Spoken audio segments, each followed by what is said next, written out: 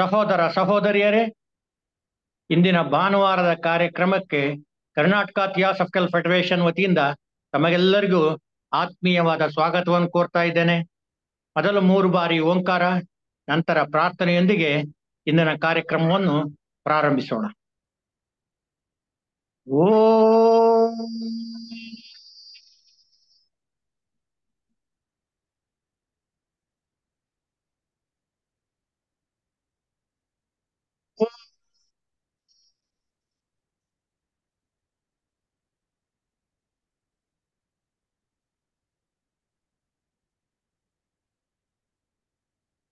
ಓಂ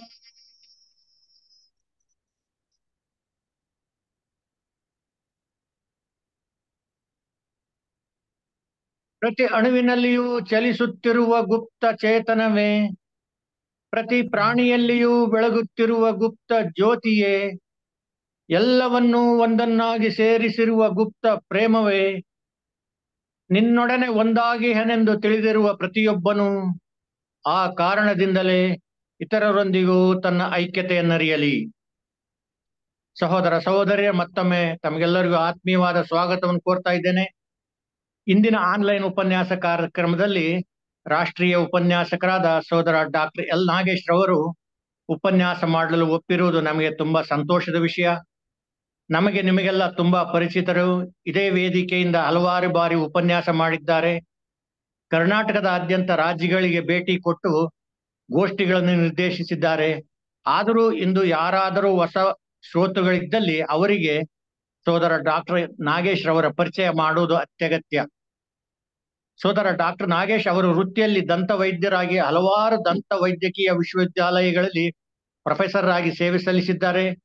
ಈಗ ವೃತ್ತಿಗೆ ಸಂಬಂಧಪಟ್ಟ ಕೆಲವು ಸಂಶೋಧನೆಗಳಲ್ಲಿ ತೊಡಗಿಕೊಂಡಿದ್ದಾರೆ. ಜೊತೆಗೆ ತಮ್ಮ ಬಿಡುವಿನ ಸಮಯದಲ್ಲಿ ರಾಷ್ಟ್ರೀಯ ಉಪನ್ಯಾಸಕರಾಗಿ ಸೇವೆ ಸಲ್ಲಿಸುತ್ತಾ ಇದ್ದಾರೆ ಮತ್ತು ಥಿಯಾಸಫಿ ಪ್ರಚಾರದಲ್ಲಿ ತಮ್ಮನ್ನು ಪೂರ್ತಿಯಾಗಿ ತೊಡಗಿಸಿಕೊಂಡಿದ್ದಾರೆ. ಅವರು ಥಿಯಾಸಫಿ ಸಾಹಿತ್ಯದೊಂದಿಗೆ ವಿಜ್ಞಾನವನ್ನು ಸಮನ್ವಯ ಮಾಡಿ ಉಪನ್ಯಾಸ ಮಾಡುವಾಗ ನಮಗೆ ಆಶ್ಚರ್ಯವಾಗಿ ಹೀಗೂ ಉಂಟೆ ಎಂದೆನಿಸುತ್ತದೆ. ಅವರಲ್ಲಿರುವ ವಿಷಯ ಪ್ರಜ್ಞೆ, ಜೊತೆಗೆ ವಿಷಯ ಪ್ರತಿಪಾದನೆ, ಅಖಂಡತ್ವದ ಪರಿಚಯ, ವಿಶ್ಲೇಷಣೆಯ ಸಾಮರ್ಥ್ಯ, ಸಂದರ್ಭಕ್ಕೆ ಅನುಸಾರವಾಗಿ ಹೋಲಿಸಬಹುದಾದ ಸಿದ್ಧಾಂತ ಮತ್ತು ವ್ಯಕ್ತಿತ್ವಗಳನ್ನು ಅವರ ಉಪನ್ಯಾಸಗಳಲ್ಲಿ ಕಾಣುತ್ತೇವೆ. ಇಲ್ಲಿ ಒಂದು ಘಟನೆ ನೆನಪಿಗೆ ಬರುತ್ತದೆ. ಒಮ್ಮೆ ದಾವಣಗೆರೆ ಲಾಡ್ಜ್ ಮತ್ತು ಅಲ್ಲಿನ ಒಂದು ಸಂಸ್ಥೆ ಅಕ್ಕನ ಬಳಗದವರು ಸೇರಿ ನಡೆಸಿದ ಒಂದು ಕಾರ್ಯಕ್ರಮದಲ್ಲಿ ಒಬ್ಬ ಸ್ವಾಮೀಜಿಯವರು ಉಪಸ್ಥಿತರಿದ್ರು. ಅವರು ಕೊನೆಗೆ ಹೀಗೆ ಹೇಳಿದ್ರು, ಇಂದು ಕಾರ್ಯಕ್ರಮಕ್ಕೆ ಬರಲು ಸ್ವಲ್ಪ ಅನಾನುಕೂಲ ಇತ್ತು, ಆದರೂ ಬಂದೆ. ಈ ದಿನ ಅವರ ಉಪನ್ಯಾಸ ಕೇಳದಿದ್ದಲ್ಲಿ ನಾನು ಏನನ್ನೋ ಕಳೆದುಕೊಳ್ಳುತ್ತಿದ್ದೆ ಎನಿಸುತ್ತದೆ ಅಂತ. ಇದು ಸಾಕಷ್ಟು ಬೆಳೆದಿರುವ ವ್ಯಕ್ತಿಗಳ ಮೇಲೆ ಬೀಳುವ ಅವರ ಉಪನ್ಯಾಸಗಳ ಪ್ರಭಾವ. ಅವರ ಉಪನ್ಯಾಸದ ಶೈಲಿ, ಬಳಸುವ ಭಾಷೆ, ಅವೆಲ್ಲವನ್ನು ತಮ್ಮ ಮುಂದೆ ತೆರೆದಿಡುವ ಪರಿ, ಎಂತಹ ಕಠಿಣ ವಿಷಯಗಳನ್ನಾದರೂ ನಮಗೆ ನಾಟುವಂತ ಹೇಳುವ ಕಲೆ ಅವರ್ಣನೀಯ. ಅವರು ಥಿಯಾಸಫಿ ಬೆಳಕಿನಲ್ಲಿ ವಚನ ಸಾಹಿತ್ಯ, ಮಂಕುತಿಮ್ಮನ ಕಗ್ಗ ಮತ್ತು ದಾಸರ ಪದಗಳನ್ನು ವಿಶ್ಲೇಷಿಸುವಾಗ ನಾವು ಅವರ ಉಪನ್ಯಾಸಗಳನ್ನು ಹಾಗೆಯೇ ಕೇಳುತ್ತಿರಬೇಕೆನಿಸುತ್ತದೆ. ಹಿರಿಯ ಸೋದರ ಸುಕೃಷ್ಣಮೂರ್ತಿಯವರು ಸ್ಥಾಪಿಸಿದ ಮತ್ತು ವಾಣಿ ವಾಸುದೇವ್ ಅವರು ನಡೆಸಿಕೊಂಡು ಬರುತ್ತಿರುವ ಮೆಡಿಟೇಷನ್ ಅಂಡ್ ಸ್ಟಡಿ ಸರ್ಕಲ್ ಅಲ್ಲಿ ನಿಯಮಿತವಾಗಿ ಉಪನ್ಯಾಸ ಮಾಡುತ್ತಾ ಇದ್ದಾರೆ. ಇವೆಲ್ಲಕ್ಕೂ ಹೆಚ್ಚಾಗಿ ಸುಮಾರು 25 ವರ್ಷಗಳಿಂದ ತಮ್ಮ ಮನೆಯಲ್ಲಿ ವಿಜಯನಗರ ಲಾಡ್ಜನ್ನು ತಪ್ಪದೆ ನಡೆಸಲು ಅನುವು ಮಾಡಿಕೊಟ್ಟು ಸದಸ್ಯರನ್ನು ಹುರಿದುಂಬಿಸಿ ಅದನ್ನು ಮುನ್ನಡೆಸಿಕೊಂಡು ಬರುತ್ತಿದ್ದಾರೆ. ತಮ್ಮ ತನು ಮನ ಧನಗಳನ್ನು ಥಿಯಾಸಫಿ ಸೇವೆಯಲ್ಲಿ ತೊಡಗಿಸಿಕೊಂಡು ನಮಗೆಲ್ಲ ಮಾದರಿಯಾಗಿದ್ದಾರೆ ಎಂದರೆ ತಪ್ಪಾಗಲಾರದು. ಈಗ ಡಾಕ್ಟರ್ ಸೋದರ ನಾಗೇಶ್ ಅವರನ್ನು ನಿಮ್ಮೆಲ್ಲರ ಪರವಾಗಿ ಹೃತ್ಪೂರ್ವಕವಾಗಿ ಸ್ವಾಗತಿಸ್ತಾ ಇದ್ದಾನೆ ಮತ್ತು ಉಪನ್ಯಾಸ ಮಾಡಲು ಕೇಳ್ಕೊಳ್ತಾ ಇದ್ದೇನೆ. ನಮಸ್ಕಾರ.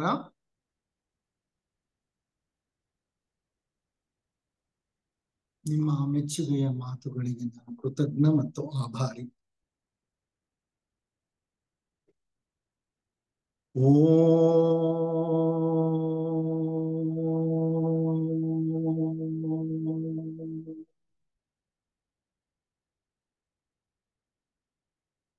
ಈಶ್ವರಃ ಪರಮಃ ಕೃಷ್ಣ ಸಚ್ಚಿದಾನಂದ ವಿಗ್ರಹ ಅನಾದಿರಾದಿರ್ ಗೋವಿಂದ ಸರ್ವ ಕಾರಣ ಕಾರಣಂ.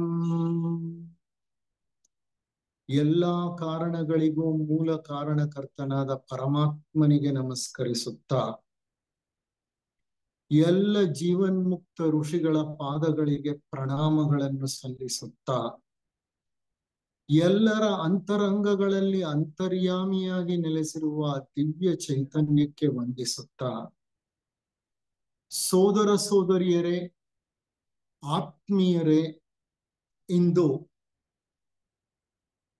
ಒಂದು ಆನ್ಲೈನ್ ಉಪನ್ಯಾಸವನ್ನ ನೀಡಲು ನನಗೆ ಆಹ್ವಾನವನ್ನ ನೀಡಿ ಈ ಕಾರ್ಯಕ್ರಮವನ್ನ ಆಯೋಜಿಸಿದಂತಹ ಕರ್ನಾಟಕ ಥಿಯೋಸಾಫಿಕಲ್ ಫೆಡರೇಷನ್ನ ಎಲ್ಲ ಪದಾಧಿಕಾರಿಗಳಿಗೂ ಮತ್ತು ಈ ಕಾರ್ಯಕ್ರಮವನ್ನ ಮುಖ್ಯವಾಗಿ ನಿರೂಪಿಸುತ್ತಿರುವಂತಹ ಹಿರಿಯ ಸೋದರ ಮಹದೇವಪ್ಪನವರಿಗೂ ಮತ್ತು ಶ್ರೋತೃ ವರ್ಗಕ್ಕೂ ನನ್ನ ಅನಂತಾನಂತ ನಮನಗಳನ್ನ ಸಲ್ಲಿಸುತ್ತಾ ಈ ಒಂದು ಉಪನ್ಯಾಸವನ್ನ ಪ್ರಾರಂಭ ಮಾಡಲಿಕ್ಕೆ ಇಷ್ಟಪಡ್ತೇನೆ.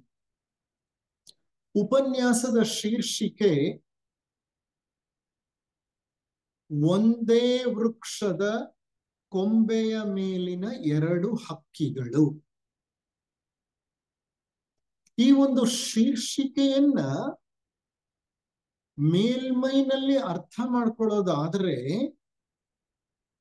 ಒಂದು ವೃಕ್ಷವಿದೆ, ಆ ವೃಕ್ಷದ ಮೇಲೆ ಒಂದು ಕೊಂಬೆ ಇದೆ, ಆ ಕೊಂಬೆಯ ಮೇಲೆ ಎರಡು ಹಕ್ಕಿಗಳಿವೆ. ಏನಿದರ ಅರ್ಥ? ಈ ಮೇಲ್ಮೈ ಅರ್ಥ ಒಂದು ಚಿತ್ರಣವನ್ನ ನಿಮಗೆ ನೀಡುತ್ತೆ, ಆದರೆ ಅದರಲ್ಲಿ ಒಂದು ಗಾಢವಾದಂತಹ ಅಂತರಾರ್ಥವಿದೆ, ಆಳವಾದ ಒಂದು ಆಧ್ಯಾತ್ಮಿಕ ತತ್ವವಿದೆ ಮತ್ತು ಸತ್ಯವಿದೆ. ಅದನ್ನ ಅರಿಯುವ ಪ್ರಯತ್ನವನ್ನ ನಾವೀಗ ಮಾಡ್ತೇವೆ. ನಿಮಗೆ ಉಪನಿಷತ್ತುಗಳು ಪರಿಚಯ ಇರಬಹುದು. ನಮ್ಮ ಸನಾತನ ಧರ್ಮದ ಒಂದು ಪುರಾತನ ತತ್ವಶಾಸ್ತ್ರವಿದೆ, ಅದನ್ನ ನಾವು ವೇದಾಂತ ಅಂತ ಕರಿತೇವೆ. ವೇದಗಳ ಅಂತ್ಯ ಭಾಗವೇ ವೇದಾಂತ. ವೇದಾಂತದಲ್ಲಿ ಮೂರು ಮುಖ್ಯ ಅಂಗಗಳಿವೆ. ಮೊದಲನೆಯದು ಉಪನಿಷತ್ತುಗಳು, ಎರಡನೆಯದು ಬ್ರಹ್ಮಸೂತ್ರ ಅಥವಾ ಬ್ರಹ್ಮಸೂತ್ರಗಳು, ಮೂರನೆಯದು ಭಗವದ್ಗೀತೆ.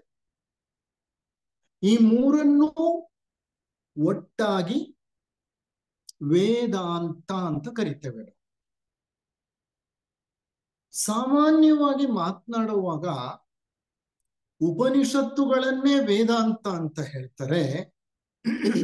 ವೇದಾಂತ ಅಂದ್ರೆ ಉಪನಿಷತ್ತುಗಳು ಅಂತ ಪರಿಗಣಿಸ್ತೀವಿ. ಇರ್ಲಿ, ಈ ಉಪನಿಷತ್ತುಗಳು ಅಂದ್ರೆ ಏನು? ಉಪನಿಷತ್ತುಗಳು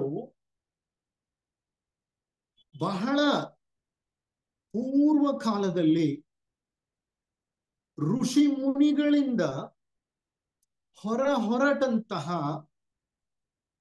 ಸತ್ಯ ವಾಕ್ಯಗಳು, ತತ್ವ ಪದಗಳು.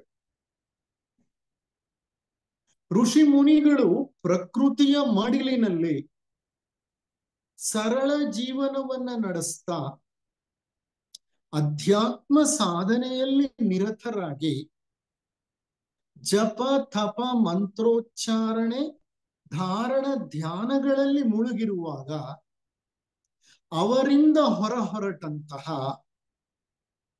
ದಿವ್ಯ ವಾಕ್ಯಗಳು, ಶ್ಲೋಕಗಳು.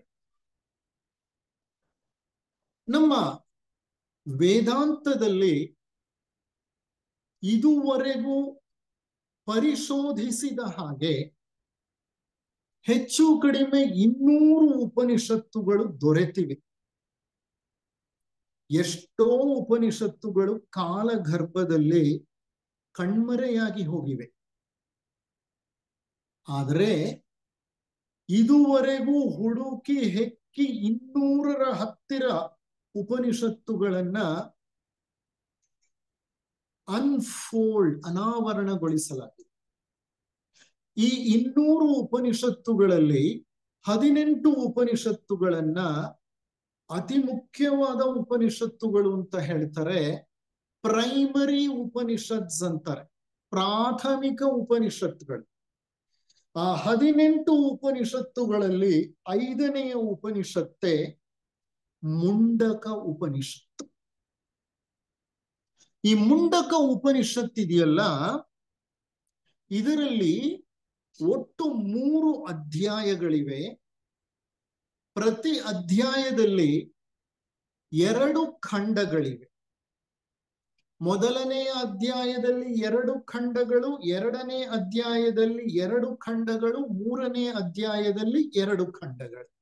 ಅಂದ್ರೆ ಒಟ್ಟು 6 ಖಂಡಗಳಿವೆ, 3 ಅಧ್ಯಾಯಗಳು. 3ನೆಯ ಅಧ್ಯಾಯದ ಮೊದಲನೆಯ ಖಂಡದ ಮೊದಲನೆಯ ಶ್ಲೋಕವೇ ದ್ವಾಸುಪರ್ಣ ಶ್ಲೋಕ ಅಂತ. ಈ ದ್ವಾಸುಪರ್ಣ ಶ್ಲೋಕ ಅಂತ ಇದೆಯಲ್ಲ, ಇದು ಬಹಳ ಮಹತ್ವವಾದಂತ ಶ್ಲೋಕ. ಇದರಲ್ಲಿ ಮನುಷ್ಯನ ಇಂದಿನ ಪರಿಸ್ಥಿತಿ ಮತ್ತು ಮುಂದೆ ಮನುಷ್ಯನ ಒಂದು ಗುರಿ, ಇವೆರಡನ್ನೂ ನಮಗೆ ಪರಿಚಯ ಮಾಡಿಕೊಡ್ತಾರೆ ಆ ಉಪನಿಷತ್ತಿನ ಋಷಿಗಳು. ಮುಂಡಕ ಉಪನಿಷತ್ತಿನಲ್ಲಿ ಒಟ್ಟು 64 ಶ್ಲೋಕಗಳಿವೆ. ಈ 64 ಶ್ಲೋಕಗಳಲ್ಲಿ ಒಂದು ಶ್ಲೋಕವೇ ದ್ವಾಸುಪರ್ಣ ಶ್ಲೋಕ. ದ್ವಾ ಅಂದ್ರೆ 2, ಸುಪರ್ಣ ಅಂದ್ರೆ ಹಕ್ಕಿಗಳು ಅಥವಾ ಪಕ್ಷಿಗಳು, 2 ಹಕ್ಕಿಗಳು. ಶ್ಲೋಕ 2 ಹಕ್ಕಿಗಳಿಗೆ ಸಂಬಂಧಪಟ್ಟ ಶ್ಲೋಕ, ದ್ವಾಸುಪರ್ಣ ಶ್ಲೋಕ ಅಂತ. ಈ ದ್ವಾಸುಪರ್ಣ ಶ್ಲೋಕವಿದೆಯಲ್ಲ, ಇದು ಅಧ್ಯಯನಕ್ಕೆ ಬಹಳ ಯೋಗ್ಯವಾದಂತಹ ಶ್ಲೋಕ. ಆಧ್ಯಾತ್ಮಿಕ ಚಿಂತನೆಗೆ ಅತ್ಯಂತ ಸೂಕ್ತವಾದ ಶ್ಲೋಕ. ನಮ್ಮನ್ನ ಈ ಲೌಕಿಕ ಪ್ರಜ್ಞೆಯಿಂದ ಬಿಡಿಸಿ ಉನ್ನತ ಪ್ರಜ್ಞೆಗೆ, ಉನ್ನತ ಲೋಕಗಳಿಗೆ ಕರೆದುಕೊಂಡು ಹೋಗುವಂತಹ ಶಕ್ತಿ ಈ ಶ್ಲೋಕಕ್ಕಿದೆ. ಈ ಶ್ಲೋಕವನ್ನೇ ಆಧಾರವಾಗಿ ತಗೊಂಡು ಈ ಉಪನ್ಯಾಸವನ್ನ ನಿಮಗೆ ನೀಡುವ ಪ್ರಯತ್ನ ಮಾಡ್ತಾ ಇದೆ. ಮುಂಡಕ ಉಪನಿಷತ್ತಿನ ಎಲ್ಲ ಶ್ಲೋಕಗಳು ಬಹಳ ಸುಂದರವಾದ ಪದ್ಯ ಶೈಲಿಯನ್ನ ಹೊಂದಿದೆ. ಪದ್ಯ ಶೈಲಿಯನ್ನ ಹೊಂದಿರೋದ್ರಿಂದ ಈ ಶ್ಲೋಕಗಳನ್ನ ಸಂಗೀತಕ್ಕೆ ಅಳವಡಿಸಿ ಸುಶ್ರಾವ್ಯವಾಗಿ ಹಾಡಬಹುದು. ಎಲ್ಲ ಉಪನಿಷತ್ತುಗಳು ಈ ರೀತಿ ಪದ್ಯ ಪ್ರಯೋಗಕ್ಕೆ ಅನುಕೂಲಕರವಾಗಿರಲ್ಲ. ಆದ್ರೆ ಮುಂಡಕದ ಒಂದು ವಿಶೇಷತೆ ಏನು ಅಂದ್ರೆ, ಇದು ಪದ್ಯ ರೂಪದಲ್ಲಿರೋದ್ರಿಂದ ಸಂಗೀತಕ್ಕೆ ಅಳವಡಿಸಬಹುದು, ಸುಶ್ರಾವ್ಯವಾಗಿ ಹಾಡಬಹುದು. ಈ ಉಪನಿಷತ್ತಿನಲ್ಲಿ ಅಂಗೀರಸ ಋಷಿಗಳು ಶೌನಕನೆಂಬ ಗೃಹಸ್ಥನಿಗೆ ಸಂಭಾಷಣೆಯ ರೂಪದಲ್ಲಿ ಆಳ ಅಧ್ಯಾತ್ಮ ತತ್ವಗಳನ್ನ ನೀಡ್ತಾರೆ. ಅಂಗೀರಸರು ಮಹಾಋಷಿಗಳು. ಶೌನಕ ಸಹ ಬಹಳ ಉನ್ನತ ಮಟ್ಟದ ಸಾಧಕ. ಶೌನಕ ದೂರ್ವಾಸರ ಸಹೋದರ. ಆತ ಗೃಹಸ್ಥಾಶ್ರಮದಲ್ಲಿದ್ದಾಗ ಅಂಗೀರಸರನ್ನ ಭೇಟಿಯಾಗಿ ಅವರ ಬಳಿ ಕುಳಿತುಕೊಂಡು ಅವರ ಬೋಧನೆಗಳನ್ನ ಸ್ವೀಕರಿಸುವ ಹಂತದಲ್ಲಿ ಅಂಗೀರಸರಿಗೂ ಶೌನಕರಿಗೂ ಸಂಭಾಷಣೆ ನಡೆಯುತ್ತೆ. ಆ ಸಂಭಾಷಣೆಯ ಫಲವೇ ಮುಂಡಕ ಉಪನಿಷತ್ತು. ಏನಿದು ಶ್ಲೋಕ? ಈ ಶ್ಲೋಕವನ್ನ ಪ್ರಾಸಬದ್ಧವಾಗಿ ಸಂಗೀತಬದ್ಧವಾಗಿ ಹಾಡ್ಲಿಕ್ಕೆ, ಸ್ವರಬದ್ಧವಾಗಿ ಹಾಡ್ಲಿಕ್ಕೆ ನನಗೆ ಬರೋದಿಲ್ಲ. ಆದ್ರೆ ಒಂದು ಪ್ರಯತ್ನವನ್ನ ಮಾಡ್ತೇನೆ. ನಾನು ಹಾಡೋದಿಲ್ಲ, ನಿಮ್ ಮುಂದೆ ಅದನ್ನ ಸರಳವಾದ ರೀತಿಯಲ್ಲಿ ಪ್ರತಿಪಾದಿಸುವ ಪ್ರಯತ್ನ ಪಡ್ತೇನೆ. ದ್ವಾ ಸುಪರ್ಣ ಸಯುಜಾ ಸಖಾಯ ಸಮಾನಂ ವೃಕ್ಷಂ ಪರಿಷಸ್ವಜಾತೆ ತಯೋರನ್ಯಃ ಪಿಪ್ಪಲಂ ಸ್ವಾದ್ವತ್ಯನಶ್ನನ್ಯೋ ಅಭಿಚಾಕಶೀತಿ. ದ್ವಾ ಸುಪರ್ಣ ಸಯುಜಾ ಸಖಾಯ ಅಂದ್ರೆ ದ್ವಾ ಸುಪರ್ಣ ಎರಡು ಹಕ್ಕಿಗಳು, ಸಯುಜ ಸಖಾಯ ಅಂದ್ರೆ ಬಹಳ ಆತ್ಮೀಯ ಗೆಳೆಯರು, ಬಹಳ ವರ್ಷಗಳಿಂದ ಸಂಗಾತಿಗಳು, ಗೆಳೆಯರು. ಸಮಾನಂ ವೃಕ್ಷಂ ಪರಿಷಸ್ವಜಾತೆ.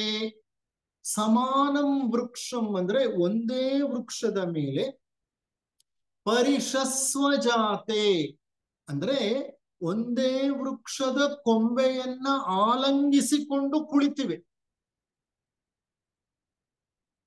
ದ್ವಾ ಸುಪರ್ಣ ಸಯುಜಾ ಸಖಾಯ ಎರಡು ಹಕ್ಕಿಗಳು ಬಿಡಿಸಲಾರದಂತಹ ಬಂಧವನ್ನ ಹೊಂದಿರುವಂತಹ ಸಂಗಾತಿಗಳು.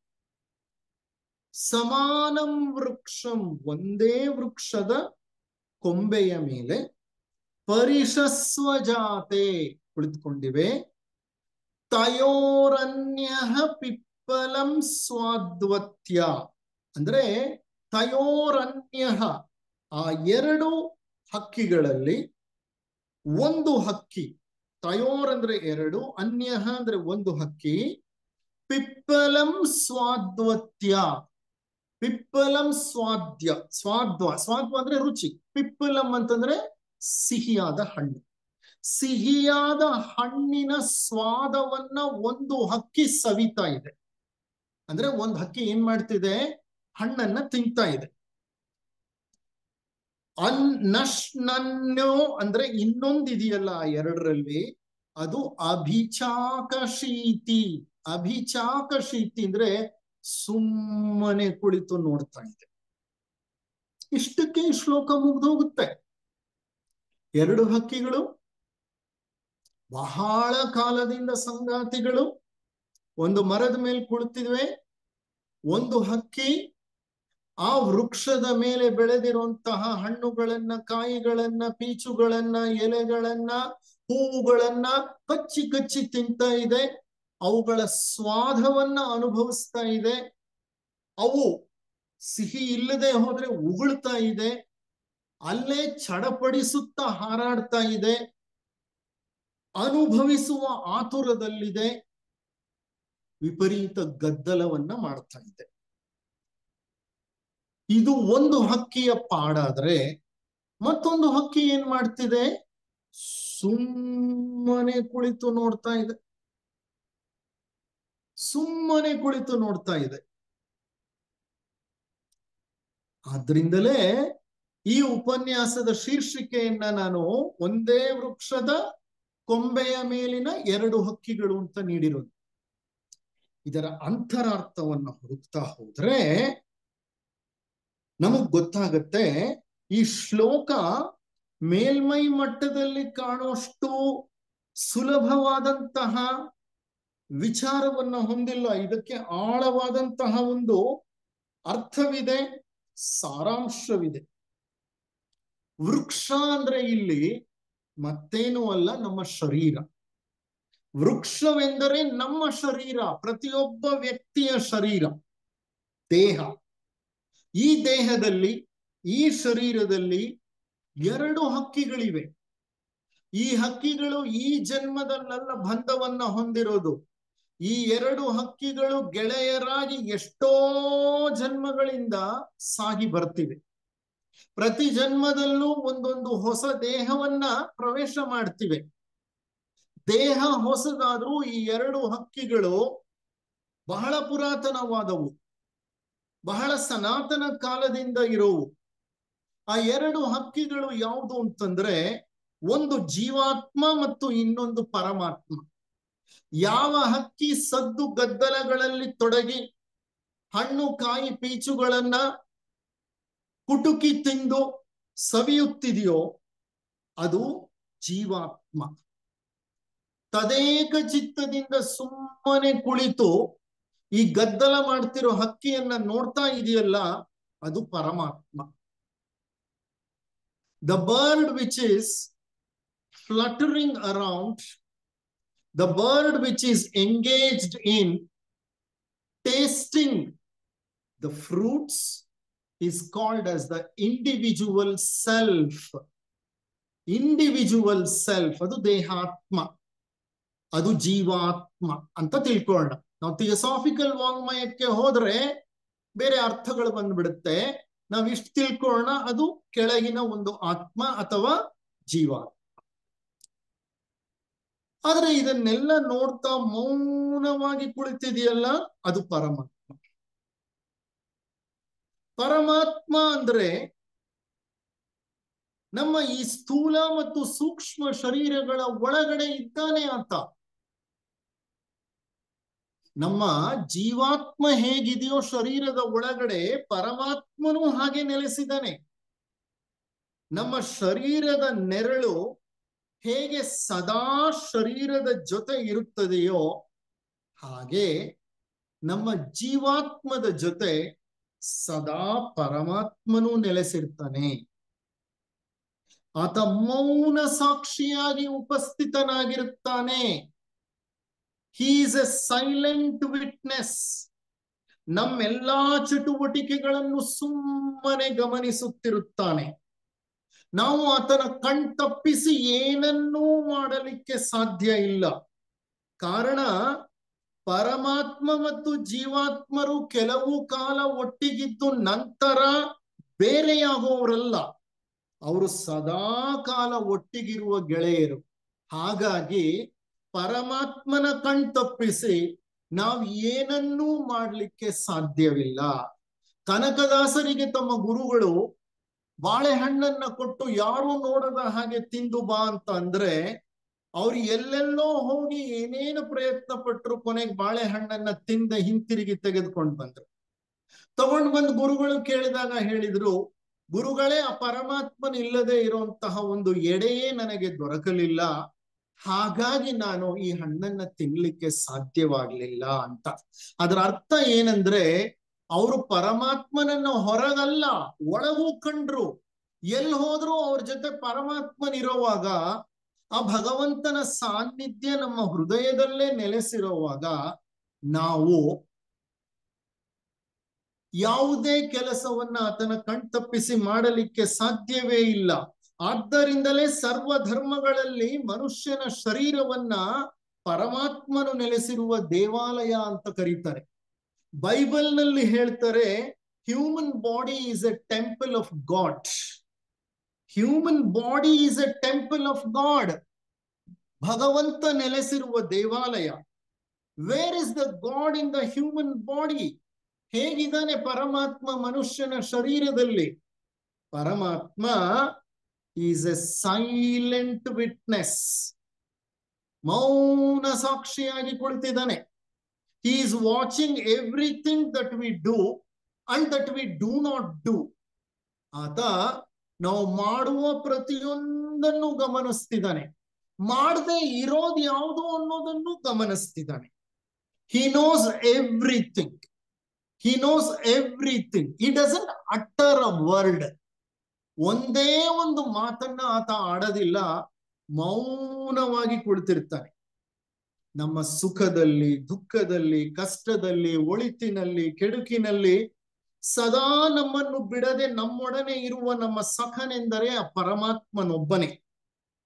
ಆತ ಸದಾ ನಮ್ಮೊಡನಿದ್ದರೂ ನಮ್ಮ ಕಷ್ಟ ಸುಖಗಳಾಗಲಿ, ಒಳಿತು ಕೆಡುಕುಗಳಾಗಲಿ, ಪಾಪ ಪುಣ್ಯಗಳಾಗಲಿ ಯಾವುವೂ ಆತನನ್ನ ಅಂಟಲು ಸಾಧ್ಯವೇ ಇಲ್ಲ. ಪರಮಾತ್ಮ ನಮ್ಮ ಶರೀರದಲ್ಲೇ ಇದ್ರೂನು, ನಾವು ಮಾಡುವುದನ್ನು ಮಾಡಬಾರದ್ದನ್ನು ಎಲ್ಲ ಮಾಡ್ತಾ ಇದ್ರುನು ನಮ್ಮ ಯಾವ ಕರ್ಮಗಳು ಆತನಿಗೆ ಅಂಟಲು ಸಾಧ್ಯವಿಲ್ಲ, ಅಂಟುವುದಿಲ್ಲ. ಕಾರಣ ಆತ ಕರ್ಮಗಳಿಗೆ ಅತೀತನಾದವನು, ಆತ ಅಕಲುಷಿತ, ಈ ಎಲ್ಲ ಕರ್ಮಗಳಿಗೂ ಕರ್ಮ ಫಲಗಳಿಗೂ ಅತೀತ. ನಾವಾಡುವ ನಾಟಕಗಳನ್ನು, ನಾವು ಹಾಕುವ ವೇಷಭೂಷಗಳನ್ನು, ನಾವಾಡುವ ಮಾತುಗಳನ್ನು, ನಮ್ಮ ನಡವಳಿಕೆಯನ್ನು ಸುಮ್ಮನಿದ್ದು ವೀಕ್ಷಿಸುವ ಮೌನ ವೀಕ್ಷಕ. ನಾವು ವಂದಿಸಿದರು, ನಿಂದಿಸಿದರು, ಪೂಜಿಸಿದರು, ತ್ಯಜಿಸಿದರು, ದೇವನು ಸದಾ ಮೌನಿ, ಸದಾ ಶಾಂತ ಸ್ವರೂಪಿ. ಹೌದಾ ಅಲ್ವಾ? ಎಷ್ಟೋ ಸಲ ನಾವು ದೇವರನ್ನ ಪ್ರಶಂಸಿಸುತ್ತೇವೆ, ದೇವರನ್ನ ನೆನೆದು ದೇವರಿಗೆ ನಮ್ಮ ನಮನಗಳನ್ನ ತಿಳಿಸ್ತೇವೆ. ಕೆಲವು ಸಂದರ್ಭಗಳಲ್ಲಿ ನಾವಂದುಕೊಂಡ ಹಾಗೆ ನೆರವೇರಲಿಲ್ಲ ಅಂದ್ರೆ ದೇವರನ್ನ ಶಪಿಸುವುದೂ ಉಂಟು, ದೇವರನ್ನ ತೆಗಳುವುದೂ ಉಂಟು, ದೇವರ ಮೇಲೆ ಕೋಪ ಮಾಡಿಕೊಳ್ಳುವುದು ಉಂಟು. ನಾವು ಪ್ರಶಂಸಿಸಿದರು, ನಿಂದಿಸಿದರು, ಪೂಜಿಸಿದರು, ತ್ಯಜಿಸಿದರು, ದೇವರು ಸುಮ್ಮನಿರ್ತಾನೆ. ಈ ಶಬ್ದ ಸ್ಪರ್ಶ ರೂಪ ರಸಗಂಧಗಳಿಂದ ಆಕರ್ಷಿತರಾಗಿ ಈ ಲೌಕಿಕ ಜಗತ್ತನ್ನು, ಇಲ್ಲಿನ ಪದಾರ್ಥ ಸಂಪತ್ತನ್ನು ಅನುಭವಿಸಲು ಸದಾ ಹಾತೊರೆಯುತ್ತಿರುವ ನಾವು ಜೀವಾತ್ಮ. ಮೌನವಾಗಿ ಕುಳಿತಿರುವ ಆ ಹಕ್ಕಿ ಪರಮಾತ್ಮ. ಈ ಜಗತ್ತಿನಲ್ಲಿ ದೊರಕುವ ಎಲ್ಲ ಸವಲತ್ತುಗಳನ್ನು, ಇಲ್ಲಿರುವಂತ ಎಲ್ಲ ಪದಾರ್ಥ ಪ್ರಪಂಚವನ್ನು ಆದಷ್ಟು ಮಗದಷ್ಟು ಮತ್ತಷ್ಟು ಅನುಭವಿಸಿ ಬಿಡಬೇಕು ಅಂತ ಹಾತೊರಿತಿದೀವಲ್ಲ ನಾವು, ಅದು ಪರಮಾತ್ಮನಲ್ಲ, ಅದು ದೇಹಾತ್ಮ, ಅದು ನಮ್ಮ ಕೆಳಮಟ್ಟದ ಆತ್ಮ, ಅಥವಾ ಅದು ಈ ಭವಬಂಧಗಳಿಗೆ ಸಿಲುಕಿಕೊಂಡಿದೆ, ನಾನಾ ಕರ್ಮಗಳನ್ನ ಮಾಡುತ್ತಾ ಕರ್ಮ ಫಲಗಳಿಗೆ ಈಡಾಗ್ತಿದೆ. ಈ ಹಂತದಲ್ಲಿ ಲೌಕಿಕ ಪ್ರಪಂಚದ ಬೇಕು ಬೇಡಗಳ ಒಂದು ದೊಡ್ಡ ಪಟ್ಟಿಯನ್ನೇ ತಯಾರು ಮಾಡಿಕೊಂಡು ನಾವು ಬೇಕುಗಳನ್ನ ಹೊಂದಲು, ಬೇಡಗಳನ್ನ ದೂರವಿಡಲು ಸದಾ ಪ್ರಯತ್ನ ಪಡ್ತಾ ಇರ್ತೇವೆ. ಹೌದಾ ಇಲ್ವಾ? ಯಾರನ್ನು ಬೇಕಾದ್ರೂ ಕೇಳಿ, ಒಂದು ಚಿಕ್ಕ ಮಗುವಿನಿಂದ ಹಿಡಿದು ಮರಣವನ್ನ ಹೊಂದುತ್ತಾ ಇರುವಂತ ವ್ಯಕ್ತಿಯವರೆಗೂ ಬೇಕುಗಳ ಒಂದು ಪಟ್ಟಿ ಇರುತ್ತೆ, ಬೇಡಗಳ ಒಂದು ಪಟ್ಟಿ ಇರುತ್ತೆ. ಈ ಬೇಕು ಬೇಡಗಳೇ ನಮ್ಮನ್ನು ಕರ್ಮಗಳಿಗೆ ಅಂಟಿಕೊಳ್ಳುವಂತೆ ಪ್ರೇರೇಪಿಸುವು. ದೊಡ್ಡ ಪಟ್ಟಿನೇ ಇರುತ್ತೆ. ಏನ್ ಬೇಕು? ಸಂಪತ್ತು ಬೇಕು, ಕೀರ್ತಿ ಬೇಕು, ಪದವಿ ಬೇಕು, ಅಧಿಕಾರ ಬೇಕು, ಸೊಗಸು ಬೇಕು. ಹೌದಾ ಅಲ್ವಾ? ಏನ್ ಬೇಡ? ಯಾವ ರೋಗಗಳು ಬೇಡ, ದಾರಿದ್ರ್ಯ ಬೇಡ, ದುಃಖ ಬೇಡ, ಕಷ್ಟ ಬೇಡ, ನೋವು ಬೇಡ. ಸೊ ಬೇಕು ಬೇಡಗಳ ಒಂದು ದೊಡ್ಡ ಪಟ್ಟಿಯನ್ನ ಚಿಕ್ಕ ಮಗುವಿನಿಂದ ಹಿಡಿದು ಕೊನೆಯಲ್ಲಿ ಮರಣವನ್ನ ಇನ್ನೇನು ಕೆಲವೇ ಕ್ಷಣಗಳಲ್ಲಿ ಹೊಂದ್ತೀನಿ ಎನ್ನುವಂತ ವ್ಯಕ್ತಿಯ ತನಕ ಆ ಪಟ್ಟಿ ಇದ್ದೇ ಇರುತ್ತೆ. ಹೌದಾ ಅಲ್ವಾ? ಗಮನಿಸಿ ನೋಡಿ, ಒಬ್ಬ ವ್ಯಕ್ತಿಯನ್ನ ಅಪರಾಧಿ ಅಂತ ಪರಿಗಣಿಸಿ ಕೋರ್ಟ್ನಲ್ಲಿ ಗಲ್ಲು ಶಿಕ್ಷೆಯನ್ನ ಕೊಟ್ರೆ, ಗಲ್ಲಿಗೇರಿಸೋಕೆ ಮೊದಲು ಸಹ ಏನ್ ಕೇಳ್ತಾರೆ ಆ ವ್ಯಕ್ತಿಯನ್ನ? ಅಪ್ಪ, ನಿನ್ನ ಕೊನೆ ಆಶೆ ಏನು? ನಿನಗೇನ್ ಬೇಕು ಅಂತ ಅರ್ಥ. ನಿನ್ನ ಕೊನೆ ಆಶೆ ಏನು ಅಂದ್ರೆ ಅಲ್ಲೂ ಆಶೆ ಇರುತ್ತೆ ಮನುಷ್ಯನಿಗೆ ಅಂತ. ಈ ಆಶೆಗಳನ್ನ ಹೊತ್ಕೊಂಡು ಜೀವನವನ್ನೆಲ್ಲ ನರಕ ಸದೃಶವನ್ನಾಗಿ ಮಾಡ್ಕೊಳ್ತಾನೆ ಮನುಷ್ಯ. ನೋಡಿ, ಭೋಗಿಗೂ ಯೋಗಿಗೂ ಇದೇ ವ್ಯತ್ಯಾಸ. ಭೋಗಿಗೆ ಬೇಕು ಬೇಡಗಳಿರ್ತವೆ, ಆದ್ರೆ ಯೋಗಿಗೆ ಬೇಕು ಇಲ್ಲ, ಬೇಡವೂ ಇಲ್ಲ. ಮಂಕುತಿಮ್ಮನ ಕಗ್ಗದಲ್ಲಿ ಒಂದು ಕಡೆ ಡಿ.ವಿ. ಗುಂಡಪ್ಪನವರು ಬರೀತಾರೆ, ತಾಕ ನೊಂದನು ಯೋಗಿ ನೂಕ ನೊಂದನು ಜಗದಿ ಏಕಾಂಗಿ ಸಹವಾಸಿ ಮಂಕುತಿಮ್ಮ. ಯಾರು ನಿಜವಾಗ್ಲೂ ಯೋಗಿ ಅಂತ ಅನ್ನಿಸ್ಕೊಂಡವನು, ತಾಕ ನೊಂದನು ಯೋಗಿ, ಏನನ್ನು ನನಗ್ ಬೇಕು ಅಂತ ಕೇಳಲ್ಲ, ತಾಕಲ್ಲ, ಏನನ್ನು ಸ್ಪರ್ಶಿಸೋದಿಲ್ಲ, ಏನನ್ನು ಬೇಕು ಅಂತ ಕೇಳಲ್ಲ, ಏನನ್ನು ಆಸೆ ಪಡಲ್ಲ. ತಾಕ ನೊಂದನು ಯೋಗಿ ನೂಕ ನೊಂದನು ಜಗದಿ, ಯಾವುದನ್ನು ತಾಕೋದು ಇಲ್ಲ, ಯಾವುದನ್ನು ನೂಕೋದು ಇಲ್ಲ. ನನಗ್ ಬೇಡ ಅಂತಲೂ ಹೇಳಲ್ಲ, ನನಗ್ ಬೇಕು ಅಂತಲೂ ಹೇಳಲ್ಲ. ಅವನಿಗೆ ಬೇಕು ಬೇಡಗಳಿಲ್ಲ. ಹಾಗಾದ್ರೆ ಹೇಗ್ ಬದುಕಿರ್ತಾನೆ? ಅಂತಂದ್ರೆ ಏನು ಒದಗಿ ಬಂದಿದೆಯೋ ಅದನ್ನೇ ದೇವರ ಪ್ರಸಾದವೆಂದು ಅರಿತು ಮಹಾಪ್ರಸಾದಿಯಾಗಿರುತ್ತಾನೆ. ಮಹಾಪ್ರಸಾದಿ. ಪ್ರಸಾದಿ ಅನ್ನೋದು ವೀರಶೈವ ಧರ್ಮದಲ್ಲಿ ಸಾಧನಾ ಪದದ ಒಂದು ಹಂತ. ಯಾವ ವ್ಯಕ್ತಿ ಪ್ರಸಾದಿಯಾಗಿರ್ತಾನೋ ಆ ವ್ಯಕ್ತಿ ಪ್ರತಿಯೊಂದನ್ನು ಆ ಭಗವಂತನ ಪ್ರಸಾದ ಅಂತ ಸ್ವೀಕರಿಸ್ತಾನೆ. ಏನನ್ನೂ ಬಯಸೋದಿಲ್ಲ, ಏನನ್ನು ಬೇಡ ಅಂತಲೂ ಅನ್ನಲ್ಲ. ಏನು ದೊರೆಯತ್ತೆ ಅದು ಭಗವಂತನ ಪ್ರಸಾದ. ಯಾವ ವ್ಯಕ್ತಿ ಬೇಕು ಬೇಡಗಳಿಗೆ ಅತೀತನಾಗಿ ಬದುಕುತ್ತಾನೋ ಆತ ಕರ್ಮ ಬಂಧನಗಳಿಗೆ ಸಿಕ್ಕಾಕೊಳ್ಳೋದಿಲ್ಲ. ಯಾವಾಗ ಕರ್ಮ ಬಂಧನಗಳಿಲ್ವೋ ಆಗ ಚಡಪಡಿಸುವ ಒಂದು ಚಟುವಟಿಕೆಯೇ ಇರೋದಿಲ್ಲ, ಹುಡುಕಾಡುವ ಅಗತ್ಯವೇ ಇರೋದಿಲ್ಲ, ಸದಾ ಯಾಚಿಸುವ ಒಂದು ಭಿಕ್ಷೆ ಬೇಡುವ ಒಂದು ಅಪೇಕ್ಷೆ ಇರುವುದಿಲ್ಲ. ನೋಡಿ, ನಾವೆಲ್ಲ ಅನಂತ ಕಾಲದಿಂದ ಭಿಕ್ಷುಕರೇ. ಪ್ರತಿನಿತ್ಯ ಏನೋ ಬೇಡ್ತೀವಿ ಭಗವಂತನನ್ನ. ರಮಣ ಮಹರ್ಷಿಗಳ ಬಳಿ ಒಬ್ಬ ವ್ಯಕ್ತಿ ಹೋಗ್ತಾನೆ. ಆತ ಒಬ್ಬ ದೊಡ್ಡ ಶ್ರೀಮಂತ. ಆ ಸಂತರ ಮುಂದೆ ನಿಂತು ಹೇಳ್ತಾನೆ, ರಮಣರೇ, ನಾನು ಮಹಾ ದೊಡ್ಡ ಶ್ರೀಮಂತ, ನಿಮಗ್ ಗೊತ್ತು. ದೊಡ್ಡ ಅರಮನೆಯಂತಹ ಮನೆ ಇದೆ, ನನಗೆ ಸಾಕಷ್ಟು ಮಕ್ಕಳಿದ್ದಾರೆ, ಸುಂದರವಾದ ಹೆಂಡತಿ ಇದ್ದಾಳೆ, ಮೊಮ್ಮಕ್ಕಳಿದ್ದಾರೆ, ಸೇವಕರಿದ್ದಾರೆ, ನನ್ನದು ದೊಡ್ಡ ಒಂದು ವ್ಯಾಪಾರವಿದೆ, ಬೇಕಾದಷ್ಟು ಹಣವಿದೆ, ಆಸ್ತಿ ಪಾಸ್ತಿಗಳಿದೆ. ಆದ್ರೆ ನನಗೆ ಯಾಕೋ ಜೀವನದಲ್ಲಿ ಜಿಗುಪ್ಸೆ ಬಂದ್ಬಿಟ್ಟಿದೆ. ಹಾಗಾಗಿ ನಾನು ನಿಮ್ಮ ಬಳಿ ಬಂದಿದ್ದೇನೆ. ನನಗೆ ಮೋಕ್ಷವನ್ನು ಬೇಡಿ ನಿಮ್ಮ ಬಳಿ ಬಂದಿದ್ದೇನೆ, ನನಗೆ ಮೋಕ್ಷವನ್ನು ಕೊಡಿಸಿ. ರಮಣರು ಹೇಳ್ತಾರೆ, ಅಪ್ಪ, ಏನನ್ನೂ ಬೇಡದಿರುವುದೇ ಮೋಕ್ಷ. ಇನ್ನ ನೀನು ಬೇಡುವುದೇನು, ನಾನು ಕೊಡುವುದೇನು. ಅಂದ್ರೆ ಎಲ್ಲವನ್ನೂ ತ್ಯಜಿಸಿ ಮೋಕ್ಷವನ್ನ ಕೊಡುವಂತ ಬೇಡದ್ರೂ ಸಹ ಅಲ್ಲೊಂದು ಬೇಡಿಕೆ ಇದೆ, ಅಲ್ಲೊಂದು ಆಶೆ ಇದೆ.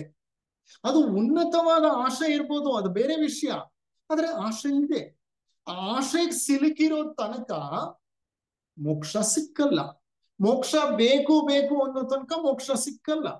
ಈಗ ಆ ಜೀವಾತ್ಮನೆಂಬ ಹಕ್ಕಿಯ ಕತೆ ಅದೇ. ನಾವು ಮೋಕ್ಷವನ್ನೇ ಬೇಡಬಹುದು, ಮದುವೆಯನ್ನೇ ಬೇಡಬಹುದು, ಮಕ್ಕಳನ್ನೇ ಬೇಡಬಹುದು, ಮೃಷ್ಟಾನ್ನ ಭೋಜನವನ್ನೇ ಬೇಡಬಹುದು. ಒಟ್ನಲ್ಲಿ ಬೇಡಿಕೆ ಇದೆ. ಬೇಡಿಕೆ ಇರೋ ತನಕ ಅದು ಜೀವಾತ್ಮ ಪ್ರಜ್ಞೆಯೇ ಆಗತ್ತೆ. ಜೀವಾತ್ಮನ ಲಕ್ಷಣವೆಂದರೆ ಸದಾ ಏನನ್ನೋ ಹುಡುಕುವುದು, ಏನನ್ನೋ ಹಂಬಲಿಸುವುದು, ಏನನ್ನೋ ಬೆದಕುವುದು. ಜೀವಾತ್ಮನೆಂಬ ಹಕ್ಕಿ ಇದನ್ನೇ ಮಾಡ್ತಾ ಇದೆ. ಮರದ ಮೇಲಿದ್ದರೂ ಸುತ್ತಮುತ್ತಲೂ ಇರುವಂತಹ ಹೂವು, ಕಾಯಿ, ಹಣ್ಣುಗಳನ್ನ ನೋಡುತ್ತದೆ, ಹಾರುತ್ತದೆ, ಬೇಕಾದ ಹಣ್ಣನ್ನ ತಿನ್ನುತ್ತದೆ. ಸವಿಯಾಗಿದ್ದರೆ ಸಂತೋಷ ಪಡುತ್ತದೆ, ಕಹಿಯಾಗಿದ್ದರೆ ಉಗುಳುತ್ತದೆ. ಸಿಹಿಯಾದ ಹಣ್ಣಾದರೆ ಅದನ್ನ ತಿಂದು ಆ ಕ್ಷಣ ಸಂತೋಷ ಪಟ್ಟು ಮರೆಯೋದಿಲ್ಲ. ಆ ಹಣ್ಣಿನ ಸವಿಯನ್ನ ನೆನಪಿಸಿ ನೆನಪಿಸಿ ನೆನಪಿಸಿಕೊಂಡು ಮತ್ತೆ ಮತ್ತೆ ಮತ್ತೆ ಮತ್ತೆ ಅಂತ ಹಣ್ಣನ್ನ ತಿನ್ನಬೇಕು ಅಂತ ಬಯಸುತ್ತೆ. ರಾಗಕ್ಕೀಡಾಗುತ್ತದೆ. ರಾಗ ಅಂದ್ರೆ ಆಕರ್ಷಣೆಗಳಿಗೀಡಾಗುತ್ತದೆ. ಕಹಿಯಾದ ಹಣ್ಣಾಗಿದ್ರೆ ಅವುಗಳಿಂದ ದೂರವಿರಬೇಕು ಅಂತ ತಕ್ಷಣ ಮನಸ್ಸಿನಲ್ಲಿ ನಿರ್ಧಾರ ಮಾಡುತ್ತೆ. ಅಂತ ಹಣ್ಣುಗಳನ್ನ ತಿನ್ನಬಾರದು ಅಂತ ಜೀವನವೆಲ್ಲ ಪ್ರಯತ್ನಿಸುತ್ತದೆ. ಇದೇ ನಾವು ಮಾಡೋ ಕೆಲಸ. ಜೀವನ ಎಲ್ಲ ಮಾಡೋದು ಇದೇ ಕೆಲಸನೇ. ನಮ್ ಜೀವನವನ್ನೆಲ್ಲ ಹೀಗೆ ವ್ಯರ್ಥವಾಗಿ ಕಳೆದು ಬಿಡುತ್ತೇವೆ. ಬೇಕುಗಳನ್ನ ಪಡೆಯಲು ಬೇಡಗಳನ್ನ ದೂರವಿಡಲು, ಕೊನೆಗೆ ಮರಣದ ಸಮಯ ಬಂದಾಗ ಆ ಬೇಕುಗಳು ಅನ್ನೋದನ್ನ ಸಂಪಾದಿಸಿರ್ತೀವಲ್ಲ, ಅವು ಯಾವೂ ನಮ್ ಕೆಲ್ಸಕ್ಕೆ ಬರಲ್ಲ. ಬೇಡಗಳನ್ನ ದೂರ ಇಡ್ಲಿಕ್ಕೆ ಪ್ರಯತ್ನ ಪಟ್ಟಿರ್ತೀವಲ್ಲ, ಎಷ್ಟೋ ಬೇಡಗಳು ಬಂದು ಕುಳಿತಿರ್ತವೆ. ನೋಡಿ, ಬೇಕುಗಳು ಅಷ್ಟೈಶ್ವರ್ಯವನ್ನ ಸಂಪಾದಿಸಿರಬಹುದು ಒಬ್ಬ ಶ್ರೀಮಂತ ವ್ಯಕ್ತಿ. ಆದ್ರೆ ಕೊನೆ ಹಂತದಲ್ಲಿ ಅವನಿಗೆ ಏನನ್ನಿಸ್ಬಿಡ್ತು, ಜಿಗುಪ್ಸೆ ಬಂದ್ಬಿಡ್ತು. ನನಗಿದು ಯಾವುದು ಬೇಡ, ಅರಮನೆ ಅಂತ ಮನೆ ಬೇಡ, ದಾಸದಾಸಿಯರು ಬೇಡ, ಹೆಂಡತಿ ಮಕ್ಕಳು ಬೇಡ, ನನ್ನ ಅಷ್ಟೈಶ್ವರ್ಯಗಳು ಬೇಡ, ನನ್ನನ್ನ ದಯವಿಟ್ಟು ನನಗೆ ಮೋಕ್ಷ ಒದಗಿಸಿಕೊಡಿ ಅಂತ ಬಂದು ರಮಣರನ್ನ ಕೇಳ್ಬಿಟ್ಟ. ಅಂದ್ರೆ ಹಂತ ಏನೋ ಬೇಡ ಅನ್ನುವಂತಹ ಒಂದು ವಿಕರ್ಷಣೆಗೆ ಈಡಾಗಿದ್ದಾನೆ ಅವನು. ಅದಕ್ಕೆ ಇವ್ರೇನ್ ಹೇಳ್ತಾ ಇದ್ದಾರೆ ಇಲ್ಲಿ ಅಂತಂದ್ರೆ, ಜೀವಾತ್ಮನ ಲಕ್ಷಣವೇ ಇದು. ಇದೇನ್ ಮಾಡುತ್ತೆ, ಸದಾ ರಾಗದ್ವೇಷಗಳ ಮಧ್ಯೆ ಸಿಲುಕಿರುತ್ತೆ. ರಾಗವೂ ವಾಸನೆಯೇ, ದ್ವೇಷವೂ ವಾಸನೆಯೇ. ವಾಸನೆ ಅಂತಂದ್ರೆ ಆಕಾಂಕ್ಷೆ, ವಾಸನೆ ಅಂತಂದ್ರೆ ವಾಂಛೆ. ವಾಸನೆ, ವಾಂಛೆ ಮತ್ತು ಆಕರ್ಷಣೆ, ವಿಕರ್ಷಣೆ ಇವೆಲ್ಲ ಸಮಾನಾರ್ಥಕ ಪದಗಳೇ. ಈ ವಾಸನೆಗಳ ಬೆನ್ನು ಹಿಡಿದು ಜೀವನವನ್ನೆಲ್ಲ ನಾವು ನರಕ ಸದೃಶವಾಗಿ ಮಾಡ್ಕೊಂಡಿರ್ತೇವೆ. ಇದು ಜೀವಾತ್ಮನ ಲಕ್ಷಣ. ಈಗ ನಾವು ಗಮನಿಸಿ ನೋಡ್ಬೇಕು, ನಮ್ಮ ಜೀವನ ಹೇಗಿದೆ. ನಮ್ಮ ಜೀವನ ಹೀಗೆ ಇರೋದು. ಜೀವಾತ್ಮ ಪ್ರಜ್ಞೆಯಲ್ಲಿ ನಾವು ದಿನಗಳನ್ನ, ವರ್ಷಗಳನ್ನ ಕಳೀತಾ ಇದೀವಿ. ಯಾವುದೋ ಮರಳುಗಾಡಿನ ಮರೀಚಿಕೆಯನ್ನ ಹಿಂಬಾಲಿಸಿ ಹೊರಟಿದೀವಿ. ಮರಳುಗಾಡಿನಲ್ಲಿ ಮರೀಚಿಕೆ ಇದೆಯಲ್ಲ, ಅದೊಂದು ಭ್ರಾಂತಿ. ಆ ಮರೀಚಿಕೆ ಏನಂತ ನಮಗೆ ಒಂದು ಸೂಚನೆ ಕೊಡುತ್ತೆ ಅಂದ್ರೆ, ಅಲ್ಲಿ ನೀರಿದೆ ಅಂತ. ಮರಳುಗಾಡಿನಲ್ಲಿ ನೀರು ಸಿಕ್ಕಿದ್ರೆ ಸಾಕಲ್ಲ ಅಂತ ಹೋಗ್ತೀವಿ ನಾವು, ಅದು ಮರೀಚಿಕೆ, ಭ್ರಾಂತಿ. ಅಲ್ಲಿ ನೀರೇ ಇರೋದಿಲ್ಲ. ಹಾಗೆ ನಾವೂನು ಸಹ ನಮಗೇನೋ ಸಿಕ್ಕುತ್ತೆ, ನಮಗೇನೋ ದೊರೆಯುತ್ತೆ, ನಮಗೆ ಮುಂದೆಂದೋ ಸುಖ ಕಾದಿಟ್ಟಿದೆ, ನಮಗ್ ಮುಂದೆಂದೋ ಆನಂದ ಉಂಟಾಗತ್ತೆ ಅಂತ ನಾವೇನ್ ಮಾಡ್ತೀವಿ, ಹಿಂಬಾಲಿಸಿ ಹೊರಡ್ತೀವಿ. ಲೌಕಿಕ ಆಶೆಗಳನ್ನ ಪೂರೈಸಿಕೊಳ್ಳಕ್ಕೆ ಹಲವಾರು ವಾಸನೆಗಳ ಸೆಳೆತಕ್ಕೆ ಸಿಕ್ಕಾಕೊಳ್ತೀವಿ. ಆದ್ರೆ ನಮ್ ಜೀವನವನ್ನೆಲ್ಲ ವ್ಯರ್ಥ ಮಾಡ್ಕೊಳ್ತೀವಿ, ನರಕ ಸದೃಶವನ್ನಾಗಿ ಮಾಡ್ಕೊಳ್ತೀವಿ. ಅದಕ್ಕೆ ಒಂದು ಕಡೆ ಮಂಕುತಿಮ್ಮನ ಕಗ್ಗದಲ್ಲಿ ಡಿ.ವಿ. ಗುಂಡಪ್ಪನವ್ರು ಸುಂದರವಾಗಿ ಬರೀತಾರೆ, ಬೆದಕಾಟ ಬದುಕೆಲ್ಲ ಅದಕ್ಕಾಗಿ ಇದಕ್ಕಾಗಿ ಮತ್ತೊಂದಕ್ಕಾಗಿ, ಅಧಿಕಾರ ಸಿರಿ ಸೊಗಸು ಕೀರ್ತಿಗಳ ನೆನೆದು ಮನ ಕುದಿಯುತಿಹುದಾವಗಂ ಮಂಕುತಿಮ್ಮ. ಬೆದಕಾಟ ಬದುಕೆಲ್ಲ, ಬದುಕೆಲ್ಲ ಏನೋ ಬೆದಕಾಡ್ತಿರ್ತೀವಿ. ಬೆದಕಾಡೋದು ಅಂದ್ರೆ ಗೊತ್ತಲ್ಲ ನಿಮ್ಗೆ? ಹಿಂದಿನ ಕಾಲದಲ್ಲಿ ನಮ್ಮ ಮನೆಗಳಲ್ಲಿ ಏನ್ ಮಾಡ್ತಿದ್ರು ಗೊತ್ತಾ? ಹಂಡೆಲ್ ನೀರ್ ಕಾಯಿಸ್ತಿದ್ರು. ಹಂಡೆಲ್ ನೀರ್ ಕಾಯಿಸ್ಬೇಕಂದ್ರೆ ಕೆಳಗೊಂದು ಒಲೆ ಇರ್ತಿತ್ತು, ಒಲೆನಲ್ಲಿ ಬೆಂಕಿ ಇರ್ತಿತ್ತು. ಆ ಬೆಂಕಿ ಕಟ್ಟಿಗೆಗೆ ಬೆಂಕಿ ಅಂಟಿಸಿರ್ತಿದ್ರು, ಕಟ್ಟಿಗೆ ಸುಟ್ಟಂಗೆಲ್ಲಾನು ನೀರ್ ಕಾಯ್ತಾ ಇರ್ತಿತ್ತು. ಕಟ್ಟಿಗೆ ಚೆನ್ನಾಗಿ ಸುಟ್ಟ ಮೇಲೆ ಅದ್ರಲ್ಲಿ ಕೆಂಡ ಬೂದಿ ಎಲ್ಲ ಇರ್ತಿತ್ತಲ್ಲ, ಅದ್ರಲ್ಲಿ ಏನ್ ಮಾಡ್ತಿದ್ವಿ ನಾವು? ಹಲಸಿನ ಹಣ್ಣಿನ ಕಾಯಿಗಳನ್ನ ಹಾಕ್ತಿದ್ವಿ. ಯಾಕೆ ಅಂದ್ರೆ ಆ ಹಲಸಿನ ಹಣ್ಣಿನ ಕಾಯಿ ಚೆನ್ನಾಗಿ ಬೆಂದ್ ಹೋಗ್ಲಿ ಆ ಬೆಂಕಿನಲ್ಲಿ, ನಾಳೆ ಬೆಳಿಗ್ಗೆ ಅದನ್ನೇನ್ ಮಾಡೋಣ, ತೆಗೆದು ಬೆಂದಿರುವಂತಹ ಹಲಸಿನ ಬೀಜಗಳನ್ನ ತಿನ್ನೋಣ ಅಂತ. ಮಾರನೇ ದಿವಸ ಬೆಳಿಗ್ಗೆ ಹಲಸಿನ ಬೀಜನ ಏನ್ ಮಾಡ್ಬೇಕು?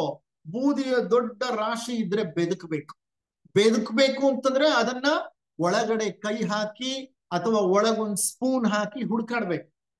ಜೀವನ ಎಲ್ಲ ನಾವು ಮಾಡೋದು ಇದೇ ಕೆಲ್ಸನೇ. ಈ ಜೀವನದಲ್ಲಿ ಬೆದಕಾಡ್ತಾ ಇರ್ತೀವಿ. ಏನನ್ನ? ಎಲ್ಲಿ ಸುಖ ಸಿಕ್ಕತ್ತೆ, ಎಲ್ಲಿ ಸಂತೋಷ ಸಿಕ್ಕತ್ತೆ, ಎಲ್ಲಿ ಆನಂದ ಸಿಕ್ಕತ್ತೆ, ಎಲ್ಲಿ ನನಗೆ ಮುದ ನೀಡುವಂತಹ ಒಂದು ವಸ್ತುವೋ ವಿಷಯವೋ ವಿಚಾರವೋ ಸಿಕ್ಕತ್ತೆ. ಬೆದಕಾಟ ಬದುಕೆಲ್ಲ ಅದಕ್ಕಾಗಿ ಇದಕ್ಕಾಗಿ ಮತ್ತೊಂದಕ್ಕಾಗಿ, ಅದೋ ಒಂದು ಇದ್ದೇ ಇರುತ್ತೆ. ಅದೋ ಇದೋ ಮತ್ತೊಂದೋ ಬೆನ್ ಹಿಡಿದು ನಾವೇನ್ ಮಾಡ್ತೀವಿ? ಹಿಂಬಾಲಿಸ್ಕೊಂಡು ಹೋಗ್ತೀವಿ ನಮ್ಮ ಆಶೆಗಳನ್ನ ಪೂರೈಸಿಕೊಳ್ಳಲು. ಅಧಿಕಾರ ಸಿರಿ ಸೊಗಸು ಕೀರ್ತಿಗಳ ನೆನೆದು ಮನ. ಏನ್ ಬೇಕು ಅಂತ ನಾವು ಅವುಗಳ ಹಿಂದೆ ಹಿಂಬಾಲಿಸ್ಕೊಂಡು ಹೋಗ್ತೇವೆ. ಅಧಿಕಾರ ಬೇಕು, ಸಿರಿತನ ಬೇಕು, ಸೊಗಸು ಬೇಕು, ಕೀರ್ತಿ ಬೇಕು, ಪತಾಕೆ ಬೇಕು. ಇವುಗಳ ಹಿಂದೆ ಓಡಿ ಓಡಿ ಹೋಗ್ತೇವೆ. ಅಧಿಕಾರ, ಸಿರಿ, ಸೊಗಸು, ಕೀರ್ತಿಗಳ ನೆನೆದು ಮನ ಕುದಿಯುತ್ತಿಹುದ ಆವಗಂ ಮಂಕುತಿಮ್ಮ. ಕುದಿಯುತ್ತಿಹುದ ಆವಗಂ. ಆವಗಂ ಅಂದ್ರೆ ಯಾವಾಗಲೂ, ಯಾವಾಗ್ಲೂ ಮನಸ್ಸು ಕುದಿತಾ ಇರುತ್ತೆ. ಯಾಕೆ? ಮನಸ್ಸಿಗೆ ಒಂದು ಕೊರತೆಯ ಪ್ರಜ್ಞೆ ಬಂದ್ಬಿಟ್ಟಿದೆ. Mind is experiencing a feeling of deficit. ಏನೋ ನನ್ನಲ್ಲಿ ಕೊರತೆ ಇದೆ, ನನಗೆ ಅಧಿಕಾರ ಇಲ್ಲ, ನನಗೆ ಸೊಗಸಿಲ್ಲ, ನನಗೆ ಸಂಪತ್ತಿಲ್ಲ, ನನಗೆ ಸಿಕ್ಕಬೇಕಾದ ಪ್ರಶಂಸೆ ಸಿಕ್ತಿಲ್ಲ, ನನಗೆ ಸಿಕ್ಕಬೇಕಾದಂತ ಸ್ಥಾನ ಸಿಗ್ತಾ ಇಲ್ಲ, ಅದಿಲ್ಲ ಇದಿಲ್ಲ.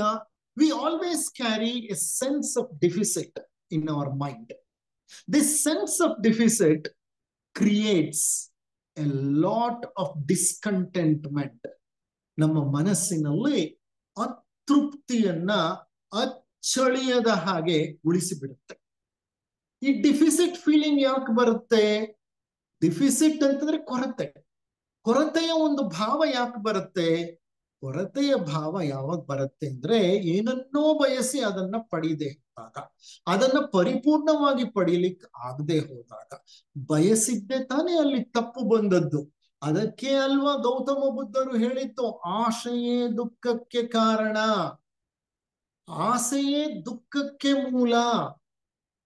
ದೊರೆತದ್ದನ್ನ ಭಗವಂತನ ಪ್ರಸಾದವೆಂದು ಉಂಡ್ಬಿಟ್ರೆ ಆ ಜೀವನ ಬಹಳ ಸಂತಸದ ಜೀವನವಾಗ್ಬಿಡುತ್ತೆ.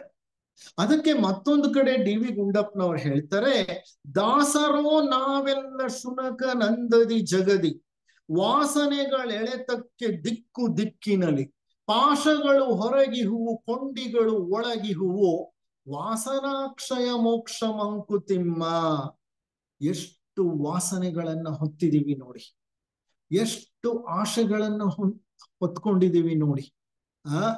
ಮರಣ ಹೊಂದ್ತಾ ಇರೋಂತ ವ್ಯಕ್ತಿ ಅವನು ಏನನ್ನೋ ಬಯಸ್ತಾನೆ, ಭಗವಂತ ದಯವಿಟ್ಟು ನನ್ನನ್ನ ಇನ್ನೊಂದು ದಿವಸ ಉಳಿಸ್ಬಿಡು, ನಾನು ನಾಳೆ ಸೂರ್ಯೋದಯವನ್ನ ಸಂತೋಷದಿಂದ ವೀಕ್ಷಿಸಿ ಬಿಡ್ತೀನಿ, ಆಮೇಲೆ ನಿನ್ನನ್ನ ಕರ್ಕೊಂಡು ಹೋಗ್ಬಿಡು. ಯಾಕೆ ಹೇಳಿ? ಅವನ್ ಜೀವನವೆಲ್ಲ ಸರಿಯಾಗಿ ಸೂರ್ಯೋದಯವನ್ನೇ ನೋಡ್ಲಿಲ್ಲ. ಮರಣ ಹೊಂದವನಿಗೆ ನೆನಪಾಯ್ತು, ಅಯ್ಯೋ ಸೂರ್ಯೋದಯವನ್ನೇ ಕಂಡಿಲ್ಲ, ನಾನು ಮನುಷ್ಯನಾಗಿ ಹುಟ್ಟಿ ನನ್ನ ಈ ಒಂದು ಮನುಷ್ಯ ಜನ್ಮ ವ್ಯರ್ಥ ಅಲ್ವೇ? ಸಾಕ್ಷಾತ್ ಪರಮಾತ್ಮನಾದ ಆ ಸೂರ್ಯನ ಉದಯವನ್ನೇ ಪ್ರತಿನಿತ್ಯ ನೋಡಬಹುದಾಗಿತ್ತು ನನ್ನ ಕಣ್ಣುಗಳಿಂದ, ನಾನ್ ನೋಡ್ಲಿಲ್ಲ. ಈಗ ಬೇಡ್ಕೋತಾ ಇದ್ದೀನಿ, ಭಗವಂತ ಒಂದ್ ದಿವಸ ಉಳಿಸ್ಬಿಡು, ನಾಳೆ ಬೆಳಿಗ್ಗೆ ನಾನು ಸೂರ್ಯೋದಯವನ್ನ ವೀಕ್ಷಿಸಿ ಬಿಡ್ತೀನಿ, ನಂತರ ಕರ್ಕೊಂಡು ಹೋಗ್ಬಿಡು ನೀನು. ಜೀವನವೆಲ್ಲ ವ್ಯರ್ಥ ಮಾಡ್ಕೋತೇವೆ. ಯಾವುದು ಬೇಡವೋ, ಯಾವುದು ನಿಜವಾಗ್ಲೂ ಅಶಾಶ್ವತವೋ, ಯಾವುದು ಅನಗತ್ಯವೋ ಅವುಗಳನ್ನ ಪಡೆಯಲಿಕ್ಕಾಗಿ. ಅದಕ್ಕೆ ಇಲ್ಲಿ ಹೇಳ್ತಾ ಇದ್ದಾರೆ, ದಾಸರೋ ನಾವೆಲ್ಲ ಶುನಕ ನಂದದಿ ಜಗದಿ. ನಾಯಿಯ ತರ, ನಾಯಿ ಅದಕ್ಕೆ ಘ್ರಾಣ ಅಂದ್ರೆ ವಾಸನೆಯ ಒಂದು ಇಂದ್ರಿಯವಿದೆಯಲ್ಲ, ಅದು ಬಹಳ ಚುರುಕಾಗಿ ಕೆಲಸ ಮಾಡುತ್ತೆ. ಎಲ್ಲೋ ಕುಳಿತಿರುತ್ತೆ ನಾಯಿ, ದೂರದಿಂದ ಯಾವುದೋ ಒಂದು ವಾಸನೆ ಬರುತ್ತೆ. ಆ ವಾಸನೆ ಬಂದ ತಕ್ಷಣ ಏನ್ ಮಾಡುತ್ತೆ ಆ ನಾಯಿ? ದಿಕ್ಕಾಗಿ ಓಡ್ ಹೋಗುತ್ತೆ, ಆ ವಾಸನೆಯನ್ನ ಹಿಂಬಾಲಿಸಿಕೊಂಡು ಓಡ್ ಹೋಗುತ್ತೆ. ಆದ್ರಿಂದಲೇ ಹೇಳ್ತಾರೆ, ನಾವೆಲ್ಲ ನಾಯಿಗಳ ಹಾಗೆ ವಾಸನೆಗಳ ಸೆಳೆತಕ್ಕೆ ಸಿಕ್ಕಾಕೊಂಡು ಆ ವಾಸನೆಗಳನ್ನೇ ಹಿಂಬಾಲಿಸಿ ದಿಕ್ಕಾಪಾಲಾಗಿ ಓಡ್ತಾ ಇದ್ದೇವೆ. ಪಾಶಗಳು ಹೊರಗಿಹವು. ಪಾಶ ಅಂದ್ರೆ ಬಂಧಗಳು. ಯಾವ್ಯಾವುದರ ಮೇಲೆ ನಾವು ಬಂಧಗಳನ್ನ ಏರ್ಪಡಿಸಿಕೊಂಡಿದೀವಿ?